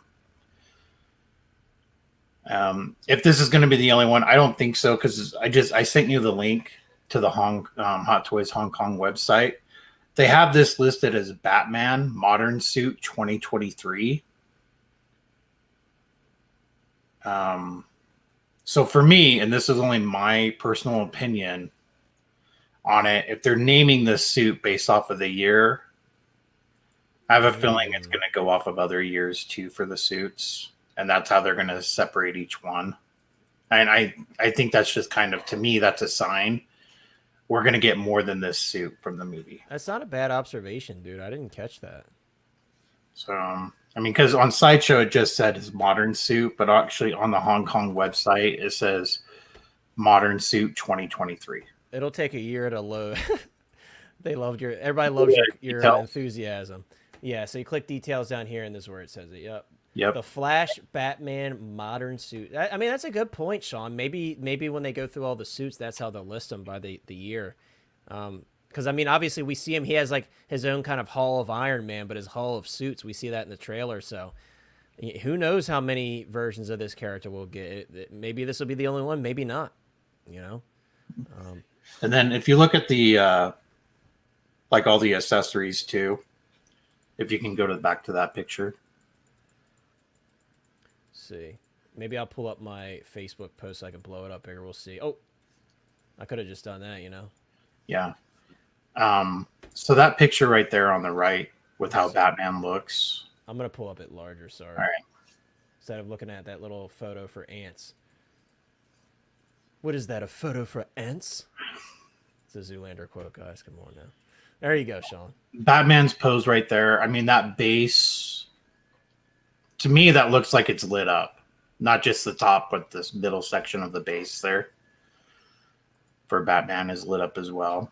Does he come with Maybe I'm wrong. Maybe it's just the way the plastic is. It's just a bright yellow. You're talking about the base? Or yeah. This one or this one? The one with the cowl? No, the one that Batman's on. Yeah, it says LED light up figure base. So that one is marked that. But I didn't know this, Sean. Matt's saying that it's listed as having 2 separate capes. That'd be awesome. That's interesting. I didn't know that. I guess for the extended look, or maybe I wonder, is it swap out parts? Another cape? I don't know. I didn't see that. That's interesting. Hey, I mean, I wonder if the glider cape is fixed. Maybe it is. I mean, actually, you know, Sean, that looks fixed to me. So it's probably going to be in the box. Okay, good point, Sean. Just like how the Batman Beyond cape. Yeah, that's right. They did do that. And like the Tom Holland Spider-Man, that the glider's fully opened in the box, and it's probably gonna be the same for the Batman as well because he has the glider. But yeah, I think you're right, Matt. Good catch, dude. I think that's why it's shown like that. It looks like it's solid plastic. Maybe it's all plastic or like a plastic cloth hybrid. CSI says Hot Toys will release other bat suits. They're just waiting for the movie to come out spoiler free. I mean, that's certainly possible as well. Oh, Mike, don't get my hopes up with your little Bale leg picture. Mike says maybe we'll get a Bale cameo in the film and another figure. You never know, dude. Okay, so yeah, Ghostbusters, it probably is. I think Matt's right. Good. Like I said, good catch, Matt. I did not catch that. That makes sense, though. Now looking at this photo, I'm like, okay, that makes sense. But yeah, Sean, I was excited as you are this morning when I saw this as well. Again, we mentioned this earlier. Some people in the chat said it's not Return of the Jedi, but it's a Band-Aid, you know? It's a Band-Aid for the fact that we can get Return of the Jedi because it is such a fantastic announcement. And again, Sean, I want you to comment on the head sculpt a little bit. I want to hear your thoughts on it because it's just so good, man. I mean, it's like creepy to me. It's so good. And again, if you really dissect it, I'm sure people will find issues with it. But me personally, I think at first glance, this is one of the best prototypes. And we know Hot Toys, they're always on point with their old man sculpts, and this is no exception. The older sculpts they always do well with. But I'm curious to hear your thoughts, and if you want to give a rating, feel free. What are your thoughts on the sculpt, dude? 7.5. The hair is a little bit too thick up on top, and looking at, I don't want to say the wrinkles itself, but it's just, how Michael Keaton looks now, along with the trailers, the pictures from the sets and everything where he's wearing a suit. He doesn't look like this. He really doesn't. His face is off. Like what they did for when he's wearing the cowl. I was going to talk about this too. Yeah. When he's wearing the cowl. You can, Chris. The underneath section with the mouth area, that looks more accurate to him than what the head sculpt does. Yeah. It looks like Keaton, just to me, not what you're seeing in the film. I don't know. I mean, Of course, it looks like Like, they dude, missed a there's little so bit. much more. Like, his face looks a bit slimmer towards the chin area, and he's definitely like sagging a bit more in the throat there. He's got, Yeah. a shadow around the lip. Now that could be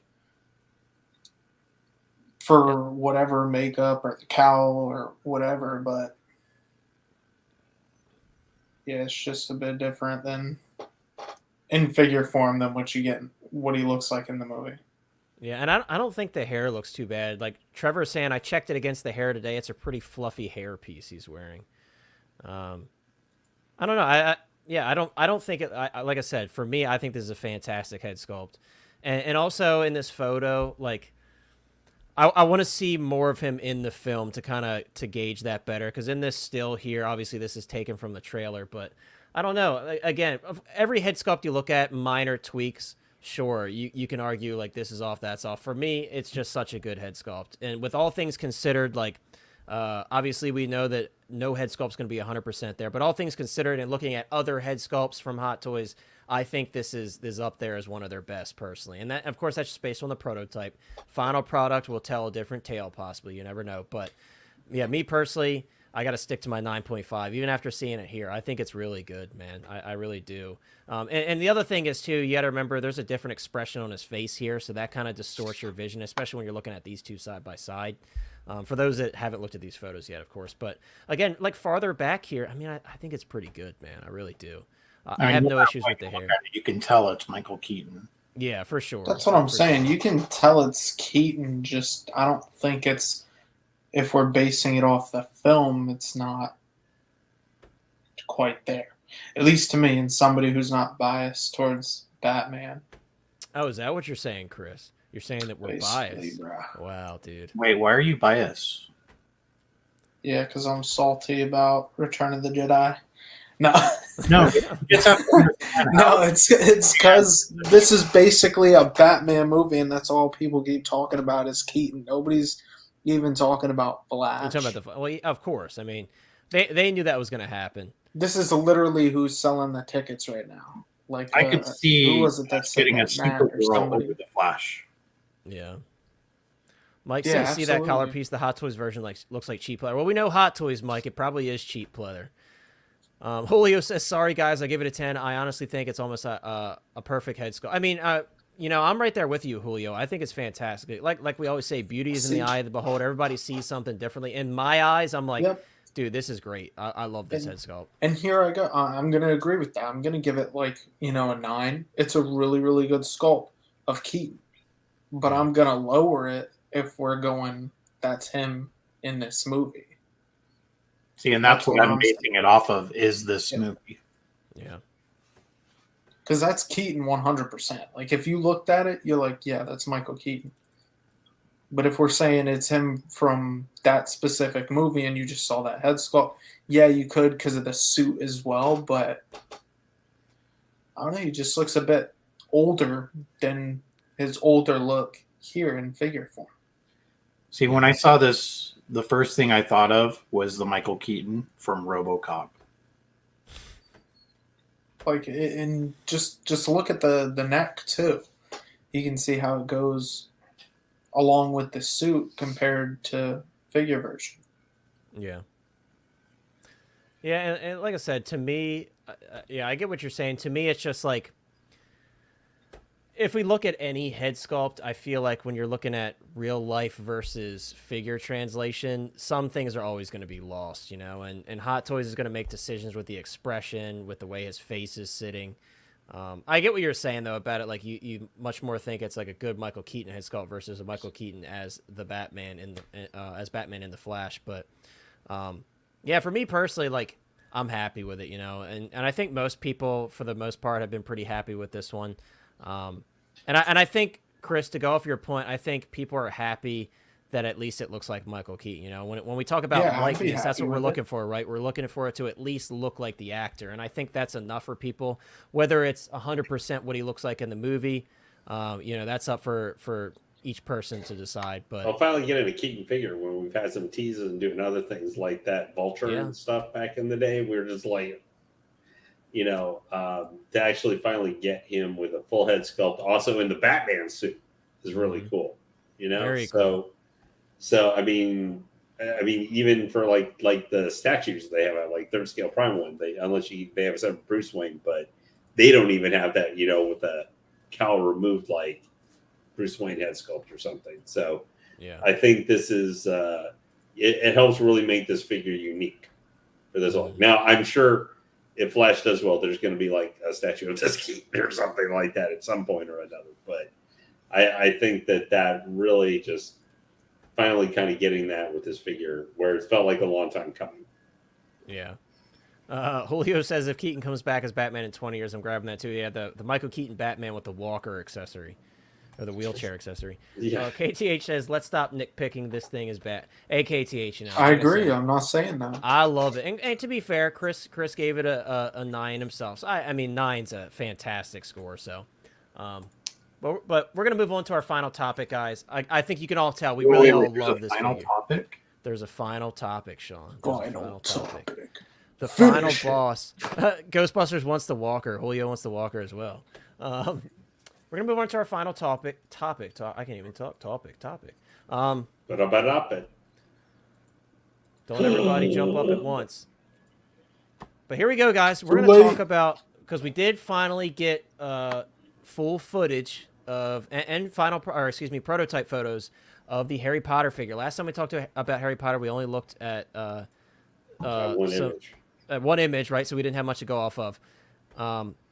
Guys, of course, the elephant in the room with this, and we'll talk about it right off the bat, is pricing, right? I mean, 4 people just logged off.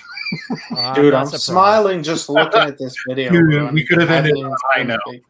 That's okay. I mean, this is a high note for me because this is a figure that I really want. So I had to talk about it, and I know Chris really wants to talk about it as well. But guys, the elephant in the room with this is price, right? This figure is just about $600 at the end of the day with shipping. It's $595 for the rooted version.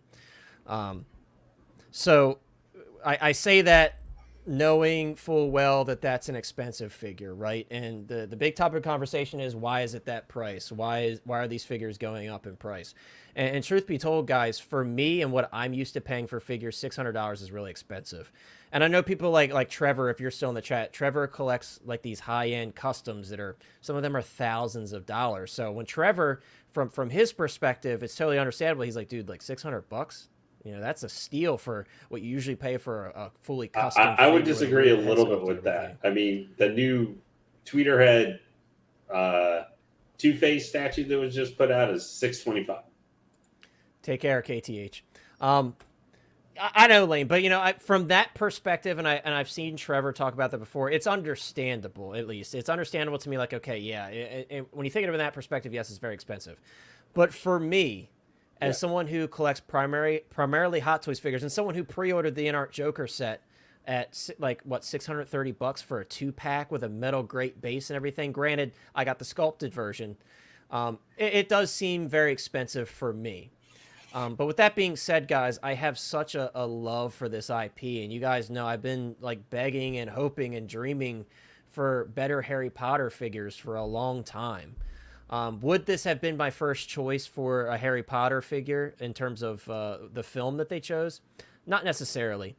But with that being said, I think he looks fantastic. I think the thought and the detail that's gone into this figure is pretty impressive. Which it should be. I know some people are going to say it should be for $600, and yes, I agree. But I think he looks fantastic. I love the diorama display base. I know it sucks that you have to get the premium version with the rooted hair for those that buy sculpted hair most of the time, like me, because I'm not big on the rooted hair. But that diorama display base to me is such a nice touch. It's so fantastic and so well thought out. The fact that you can kind of switch it both ways and display them kind of in that Gryffindor common room or from behind, floating with Hedwig up at the top. I think it's very clever. And I think it looks really good. And guys, the point I want to make about this Harry Potter. What was that, Lane? Okay, guys, just in chat here real quick. Let's calm down a little bit, please. Just before we're talking about different, remember, everybody has different IPs and other stuff that they like, okay? So just relax. Okay. Yeah. All right. Sorry, Connor. Go ahead. Very lame. Yeah, Jordan, it's your fault. How dare you say Harry Potter sucks? But no, guys, to me, this figure is very special. And again, the price is a tough pill to swallow. I'm not happy with the price whatsoever. And is that the fact that I'm not used to buying figures of that price and I shouldn't be surprised by it? I don't know. But for me, again, I think when it comes to value for your money, Hot Toys is obviously the company that fills that void for me.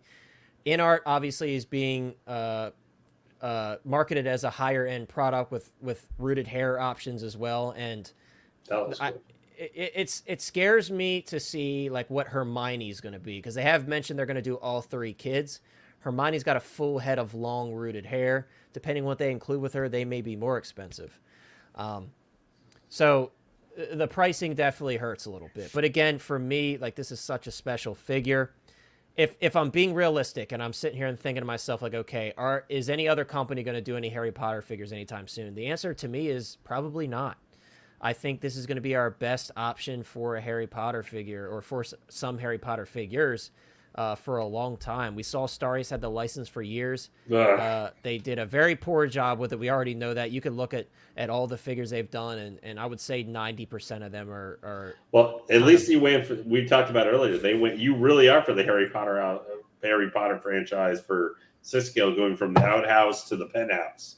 Whatever you think of the pricing or anything, for like, even if the final for this is like 75% and everybody's complaining about it, I feel like just pull out your Star Ace figure and go, well, this is what we had before. Yeah, I mean, and it dismisses a lot of that. I mean, I don't like the hand wave stuff, but that kind of hand wave saying the other things that would happen with it. Yeah, Euler said my bad. He said my bad. But no, in reality, like, it's very expensive, but I'm very pleased with what I'm seeing so far for a prototype. And guys, admittedly, I don't own any Inart products yet, so I don't know what to expect. My Inart Joker 2-pack will be shipping early next week, so I can't wait to finally check out one of their products. And I'm excited to finally be able to check their stuff out for myself, because the only opinion I've been able to form is what I see from photos and pictures and videos, and I've seen other people's opinions on the stuff. So as someone who has invested some money into this company, between the Inart Jokers, I will be getting this figure eventually, and the sculpted Pattinson Bruce Wayne as well. I really am hoping that these products are all they're kind of put out to be, because I saw this video, and the video we have playing in the background is actually directly from Inart. It's about their kind of decision-making, thought process, design process behind this figure. And I got to be honest with you, I know in the past we haven't seen much from Inart in terms of like passionate collectors being behind the company, but seeing this video, I do see some passion here. I do see a lot of thought that went into this figure. I mean, you even have the scrapbook here with the photos. They've included a lot of different things that CSI, they announced, they made a photo about them doing things from the Wizarding World, and then they dropped a bunch of Cos babies. So I'm not going to hold a candle to that one, because I don't see them jumping into Harry Potter right now when they're still having trouble keeping up with Star Wars. Lane, sorry, Mr. Private Chat. Lane does have to head out, guys, and we're not going to be going for that much longer. But Lane, thank you so much for being here, my friend, and hanging out with us and talking about all the great stuff tonight. And hey, guys, so I'm not trying to talk too much with this Inart, but I had not heard the price point until you actually said it there. It's so expensive. That's why I was like, but anyway, guys, hey, to chat, thank you very much for joining tonight. I had a ball being with you guys, as always, with Connor, with Sean, and then Chris. It always has a good time. As always, I love talking about the figures, whether talking about the bottom of the barrel or talking about the most premium. It's always been fun talking with the guys. And hey, leaving price point out, you can look at all this stuff and it looks good. The prototype looks good and all this stuff. Anyway, you guys all have a great night. I was glad to be able to share some time with everybody. See you, dude. This evening. See you next week. All right, take care, guys. Bye, Lane. Peace. Night. All right, real quick, I want to read this comment from Brandon. Brandon says, I've never watched The Potter, but this is one of those figures that makes me want to watch it. Enjoy it so I can order it. Excuse me, I can't even read. I did the same with Batman, never watched it, bought a figure, love him. Now, that's awesome, dude. I mean, again, for me, this is a very special announcement. Again, I say that knowing that the price is pretty insane, and these prices are definitely out of a price range for a lot of collectors. I mean, think of it, guys. I mean, this is a figure that costs 2 Hot Toy figures, 2 normal Hot Toys figures, not Iron Man, of course, but so for a lot of collectors, that's not going to be something that fits into their budget. And even for me, it's like it's expensive, man. So and again, that's coming from somebody who's used to buying mostly Hot Toys and 3.0 and stuff like that. So for me, it's very pricey, and it sucks that I have to pay that amount of money. But it's such a special IP and a special character to me. That I'm looking at it very hard, you know, because I think he looks fantastic and I love the stuff he comes with. But Sean, I want to hear your thoughts before we jump to Chris, because I know generally what Chris is going to say. Chris is kind of more on the same side as I am, but I'm curious to hear your thoughts on this figure. And of course, the price is a big factor, so I'm curious to hear your thoughts on that as well, all things considered, what he includes and everything. So they're trying to charge quarter scale money for a 1/6 figure, and they've only released one item.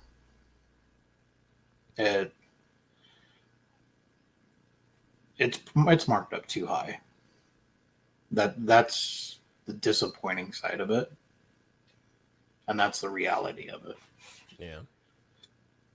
Yeah, seeing the pictures and everything, I was actually really interested in starting this line. My daughters love the Harry Potter shows or movies. They weren't really good on the spin-off, the Fantastic Beasts. They weren't cool with that, but they really loved Harry Potter. And we would always go see them in theaters. And when the movies would come out on DVD, we would go grab them and we would watch them that night that they came out. And like seeing this looked really great. Mm-hmm. And I was ready to go into it. And then when we were in the chat and Bretta said the price, I was like, no. It's not.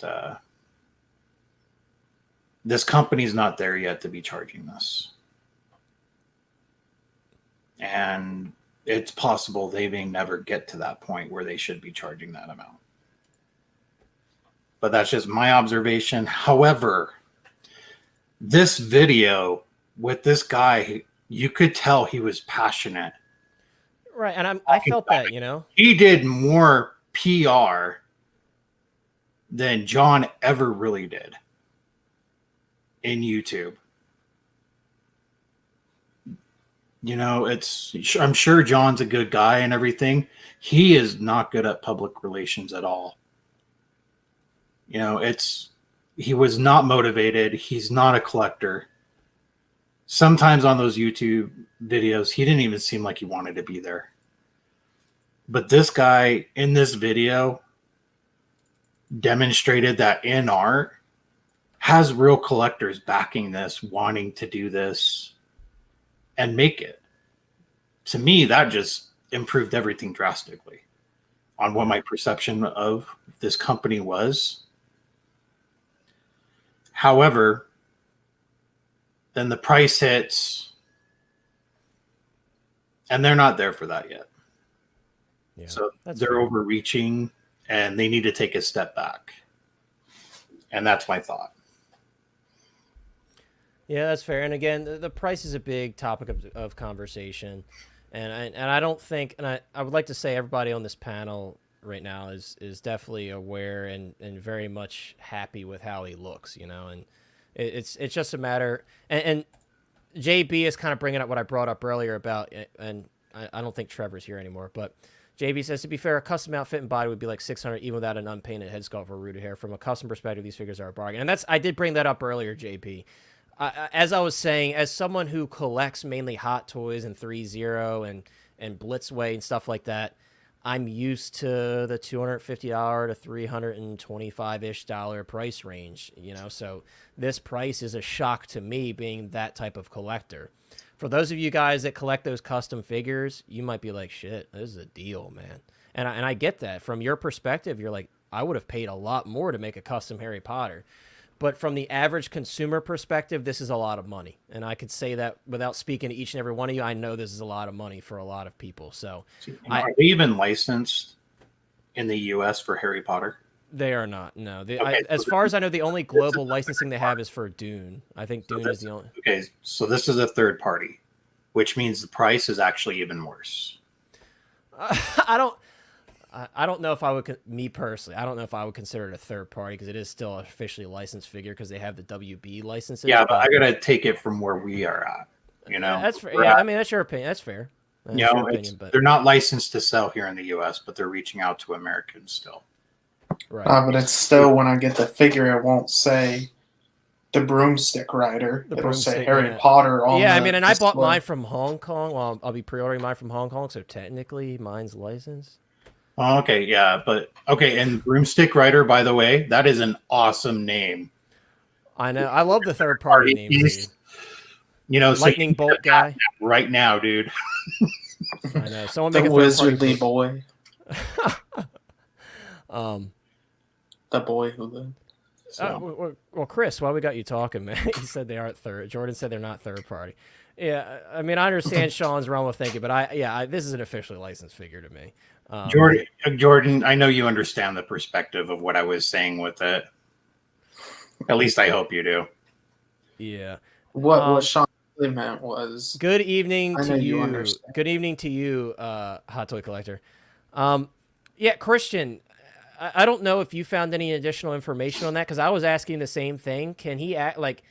Is this not a thing? Is this just like photography trickery here? Can he not actually attach to the back? Because I honestly haven't seen anyone mention anything about that until you just mentioned it. So that'd be a bit unfortunate because I think that's such a good shot there of him flying. yeah, I know behind. we were wondering that too. I know, when we because we're saw like, how does he these. attach? Is there like a pole behind? No. Oh, man, that sucks. That Ouch. sucks. That sucks big time. I did not know that. Thanks for breaking my heart, Christian. Thanks for breaking my heart, man. That's okay. Yeah, that does suck though, because I was. I'm kinda sure looking somebody forward- could do something. I'll have to figure something out because I love how he looks there. But Chris, I want to move on to your thoughts because you and I, when this figure was initially dropped, we were talking like after I got off of work, and we were both really excited to talk about it. And then, there's been ups and downs with this figure announcement. We saw the original product photo, and we're like, wow, he looks really good. And then we saw the price, and we're like, damn, that stings, man. Like it stings for us, So I'm curious to hear your thoughts on the figure as a whole after seeing all the photos, what he's included with, and then of course, talk about the pricing, dude. What are your thoughts on the pricing? So, first off, and first initial thing, I thought the figure looked magnificent.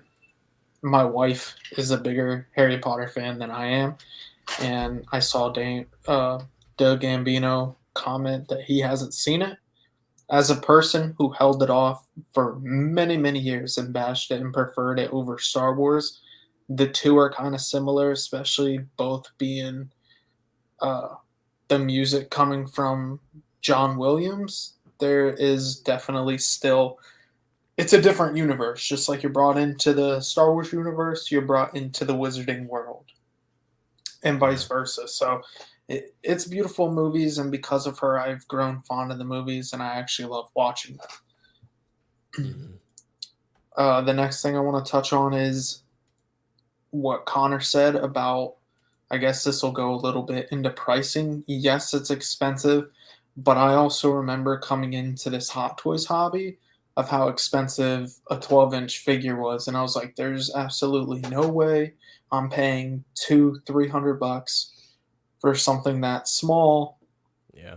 But then once you start respecting the detail of it, the articulation, the tailoring of the clothes, like how much goes into it, then you fully understand. And that was a huge thing with Carnage as well. People complain about the price, how big.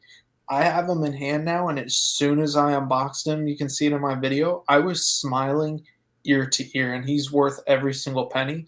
And so something this fabricated and created, and especially now that I saw that video of all the passion behind it, and the materials, what you're getting with other ones like you got in the Joker, the jail cell was metal or die cast, the grenades were die cast, it was a wooden base, and same thing with here, like a wooden broom, actual bristles, you're getting a metal cage for Hedwig, a wand. I mean, it just comes with the chocolate frogs.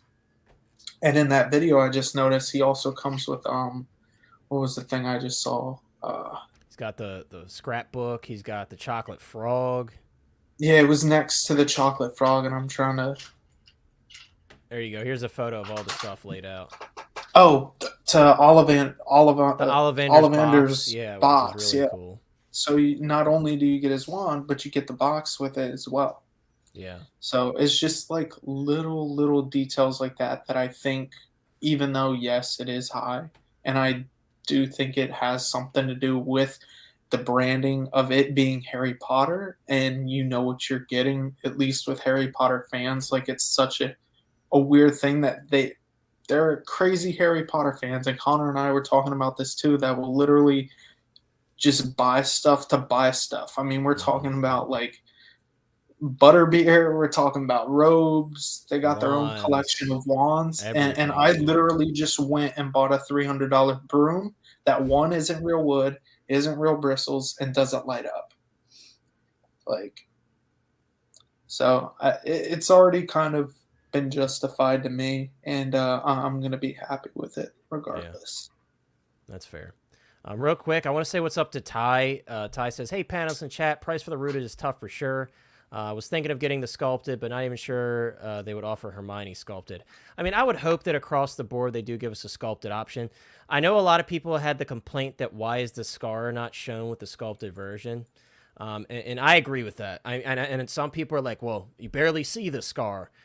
The scar is so important to the story. It's so important to the story. Obviously, the story is told about Harry and how Voldemort tried to cast the killing curse on him. The spell rebounded, and that's what created the scar on his forehead. And then Harry became a Horcrux. That's like the scar is so important. And I think Inart has enough smart people on their team to know that they should have done a swap out hair piece so you could see the scar exposed with a swap out hair piece. So for me, me personally, and you guys know sometimes I let details slide, but for Harry Potter, I can't with the scar. It's so detrimental to the character. It's such an important plot point. That honestly would make me not want to get the sculpted at all. And you guys know I prefer sculpted hair, but I can't stand behind that. I think they need to offer a swap out hair piece because again, that is so important to the character. Whether he shows it for more than 10 minutes or not in the first film, he shows it throughout all of the films. And again, it's a very important plot point. So for me, I think it's certainly after they're like, hey, check this out. We got Harry exposing the scar It's with smart business on them. For sure. It certainly is, but Yeah, and we say this for Hot Toys all the time too. They could fix that. yeah. For sure. You know, For sure. But I literally look at it as like they give you the option so you can enter. So if you're a Harry Potter fan, it's not that huge of a blow. Yes, you're missing some stuff, but at least you'll still get a taste of what the figure, can bring to you. So I do like that there is options. However, like a crazy Potter fan or, somebody like Connor just said, you will want that scar and it will force you to pay the higher price. Yeah, for sure. Ian says got to be the most one-sided poll in here I've seen. I haven't looked at it, dude. I had a feeling a lot of people are going to be excited about oh yeah, it's very one-sided. When we close out the stream, we're going to take a look at the poll. What's up, by the way, Ian? Ty says, dang it, Connor, making me get the rooted now. Jokes aside, good point with the scar. Yeah, I mean, some people may say, you know what, I don't care about that. Me personally, that is something that means something to me. And Eddie was saying it's kind of clever, it's an incentive, but I don't know, dude. Like, that's inherent to the character's design, so I feel like that shouldn't be an incentive to buy the rooted. You know what I mean? I feel like they could have given us a secondary hair sculpt, and that would have been, like, the perfect scenario for me.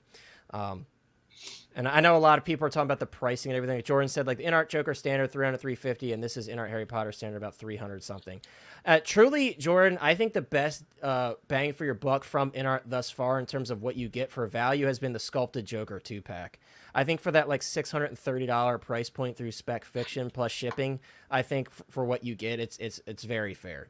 Okay, wait a second. How much is the sculpted standard? Like $350. Yeah. $340, $350, depending where you go. And it doesn't come with a diorama backdrop. It doesn't include that for the standard for this one. So okay, yeah, you don't get that diorama or that scar.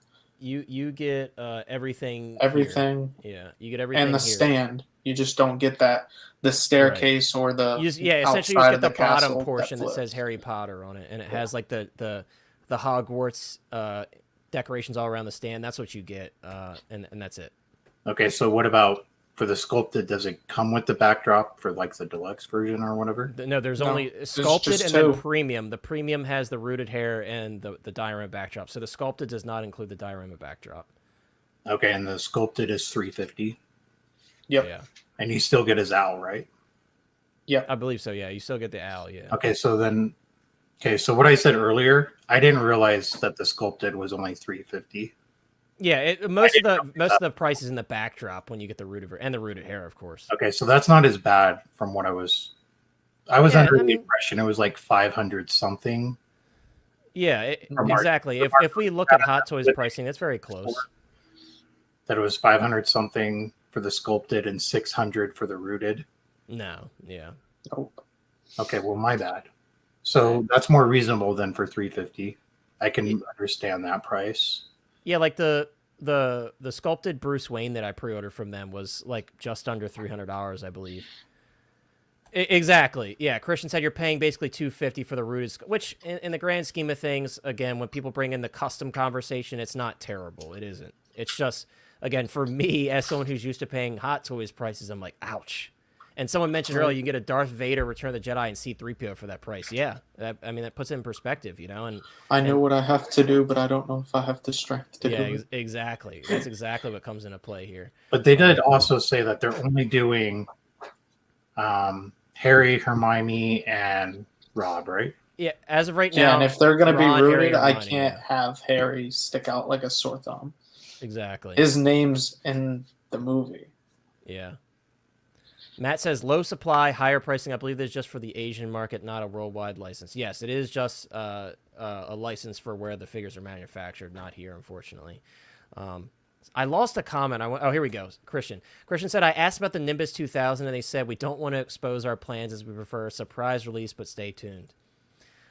I'm very curious to see what I would really hope for with this line as we close out. And I've said this to Chris, and Chris, once I say what I'm going to say, we'll jump to you. If they gave us this and then what I really wanted, which is the Deathly Hallows Part 2, that's what I really want. I want the Deathly Hallows Part 2. I want the hero, like just like Return of the Jedi, bro. Like Return of the Jedi, we want Return of the Jedi Luke, the hero of the frickin' rebellion. Well, we want the hero of the wizarding world. We want Harry Potter from Deathly Hallows Part 2. You know, that. I mean, at least me. I say we, but I should say me. That's what I personally want. I really want the Deathly Hallows Part 2 version. And hey, I mean, there would depending on what sequence of the film they choose, he may not have the scar in that version because obviously after he is killed off and comes back to life, he loses the scar. So certainly we wouldn't have that conversation about the sculpted there. But You just spoiled it for the Gambino. well, the Gambino, you know, just skip this part of the stream, dude. The film's been out for what 9-10 years. Just skip this part of the stream, but. Joe P says, I love the Potter series. I have the 3 kids in Snape and SH Figure Arts, and that's good enough for me. This is awesome, but not for me. And that's fair. You know, as long as you have a representation of some of your favorite characters and it works for you, more power to you, man. That's awesome. I do want to ask. I wonder if Christian knew or asked them this. Now I'm forgetting what the heck I was going to ask. It's my fault. Sorry, dude. I cut you off. It's all good. Well, It'll come back to me. As we close out, if you think of it, definitely bring it up. But guys, that's going to do it for us for tonight. Thank you so much. 52 people watching. On your way out, guys, please, if you haven't already, consider liking the stream and subscribe if you haven't already. And please subscribe, as some guy and all of our moderators have been doing throughout the stream. Please subscribe to our great panel members as well. The links are both in the chat and in the description of this this video as well. So please check their channels out as well. They have some great stuff going on over there. And Jordan says rooted hair sets they will do for their figures is the next tier up. Not necessarily custom, of course. Hot Toys aren't rooted figure sets, custom figures. I remembered it. It was in some photos it looks like Hedwig is actually flocked, like feathered, and others sculpted. So I just want to know, like, did they do him with the rooted hair version, like actual feathers are flocked, or is he sculpted in the sculpted? You know what I'm saying? I thought he was sculpted. I was hoping that he would be feathered, but there's some photos where is pretty convincing. I can't tell. Yeah. Christian said he didn't ask about that. Gambito says, wow, that was funny, but no, I stuck with you guys. Thanks, dude. I appreciate you. Way And to Joe go, P Connor. says, best 6-scale stream team on YouTube. I've been in the game for years and always appreciate the enthusiasm. Thank you so much, Joe, and I appreciate you for hanging out with us as always. Okay, so D's Not says it is sculpted, just done. Yeah, Hedwig looks fantastic. I have zero complaints about him. I think he looks real. I think they did a great job. Yeah, I mean, Rob, if they even make those, I mean, it seems like those are kind of up in the air with the WB licensing issues with those actors and actresses who are now out. I don't know what's going to happen with that one. Again, I think those will be pretty much what it has been, especially with the Joker. I just think with Harry Potter, it's like it's definitely that license in the fan base or the branding. Yeah. Has to be. Either that or it was harder to obtain, and maybe these materials are more. I don't know. Yeah, for sure. It's so intricate. Yeah, and that backdrop and everything, you know, there's a lot to it. But thank you Maybe so much. it costs more to sell a child. On that note, Wow. thank you so much once again, everybody, for hanging out with us. I very much appreciate you. I don't know if we're doing a stream yet on Tuesday. Of course, I'll let you guys know because Tuesdays are kind of always up in the air. If we have a topic we want to do, we're going to discuss it. Tuesdays, guys, it's not going to be every single Tuesday because, you know, 2 days a week is hard for most of the panel members. But, of course, I will let you guys know. So if we have a stream on Tuesday, I will see you on Tuesday. If not, guys, I am working on some review content. I have a bunch of figures off screen here that are still in the boxes. Of course, I've checked them out, but I still have to review them. So, yes, Austin says that ending line. And, guys, also check out Austin Nicholas on YouTube as well. I forget that Austin has a YouTube channel now because he's been on Instagram for so long. But check Austin out on YouTube. And Chris, I think you want to close this out, dude. We're going to end with this final message from Chris. What? I didn't Yeah, dude, put on the come on, spot. Chris. Hit that like button, hit that subscribe button, and make sure to check out the rest of the panel. If you enjoyed the content tonight, Night of Champions coming up. There you go. But take care, everybody. Thank you so much for being here once again, and we will see you next time. If I don't talk with you, if you're not in the Hot Toys Hotline Facebook group and we talk regularly, I will see you guys next time, and I hope you have a wonderful weekend, and take care, everybody.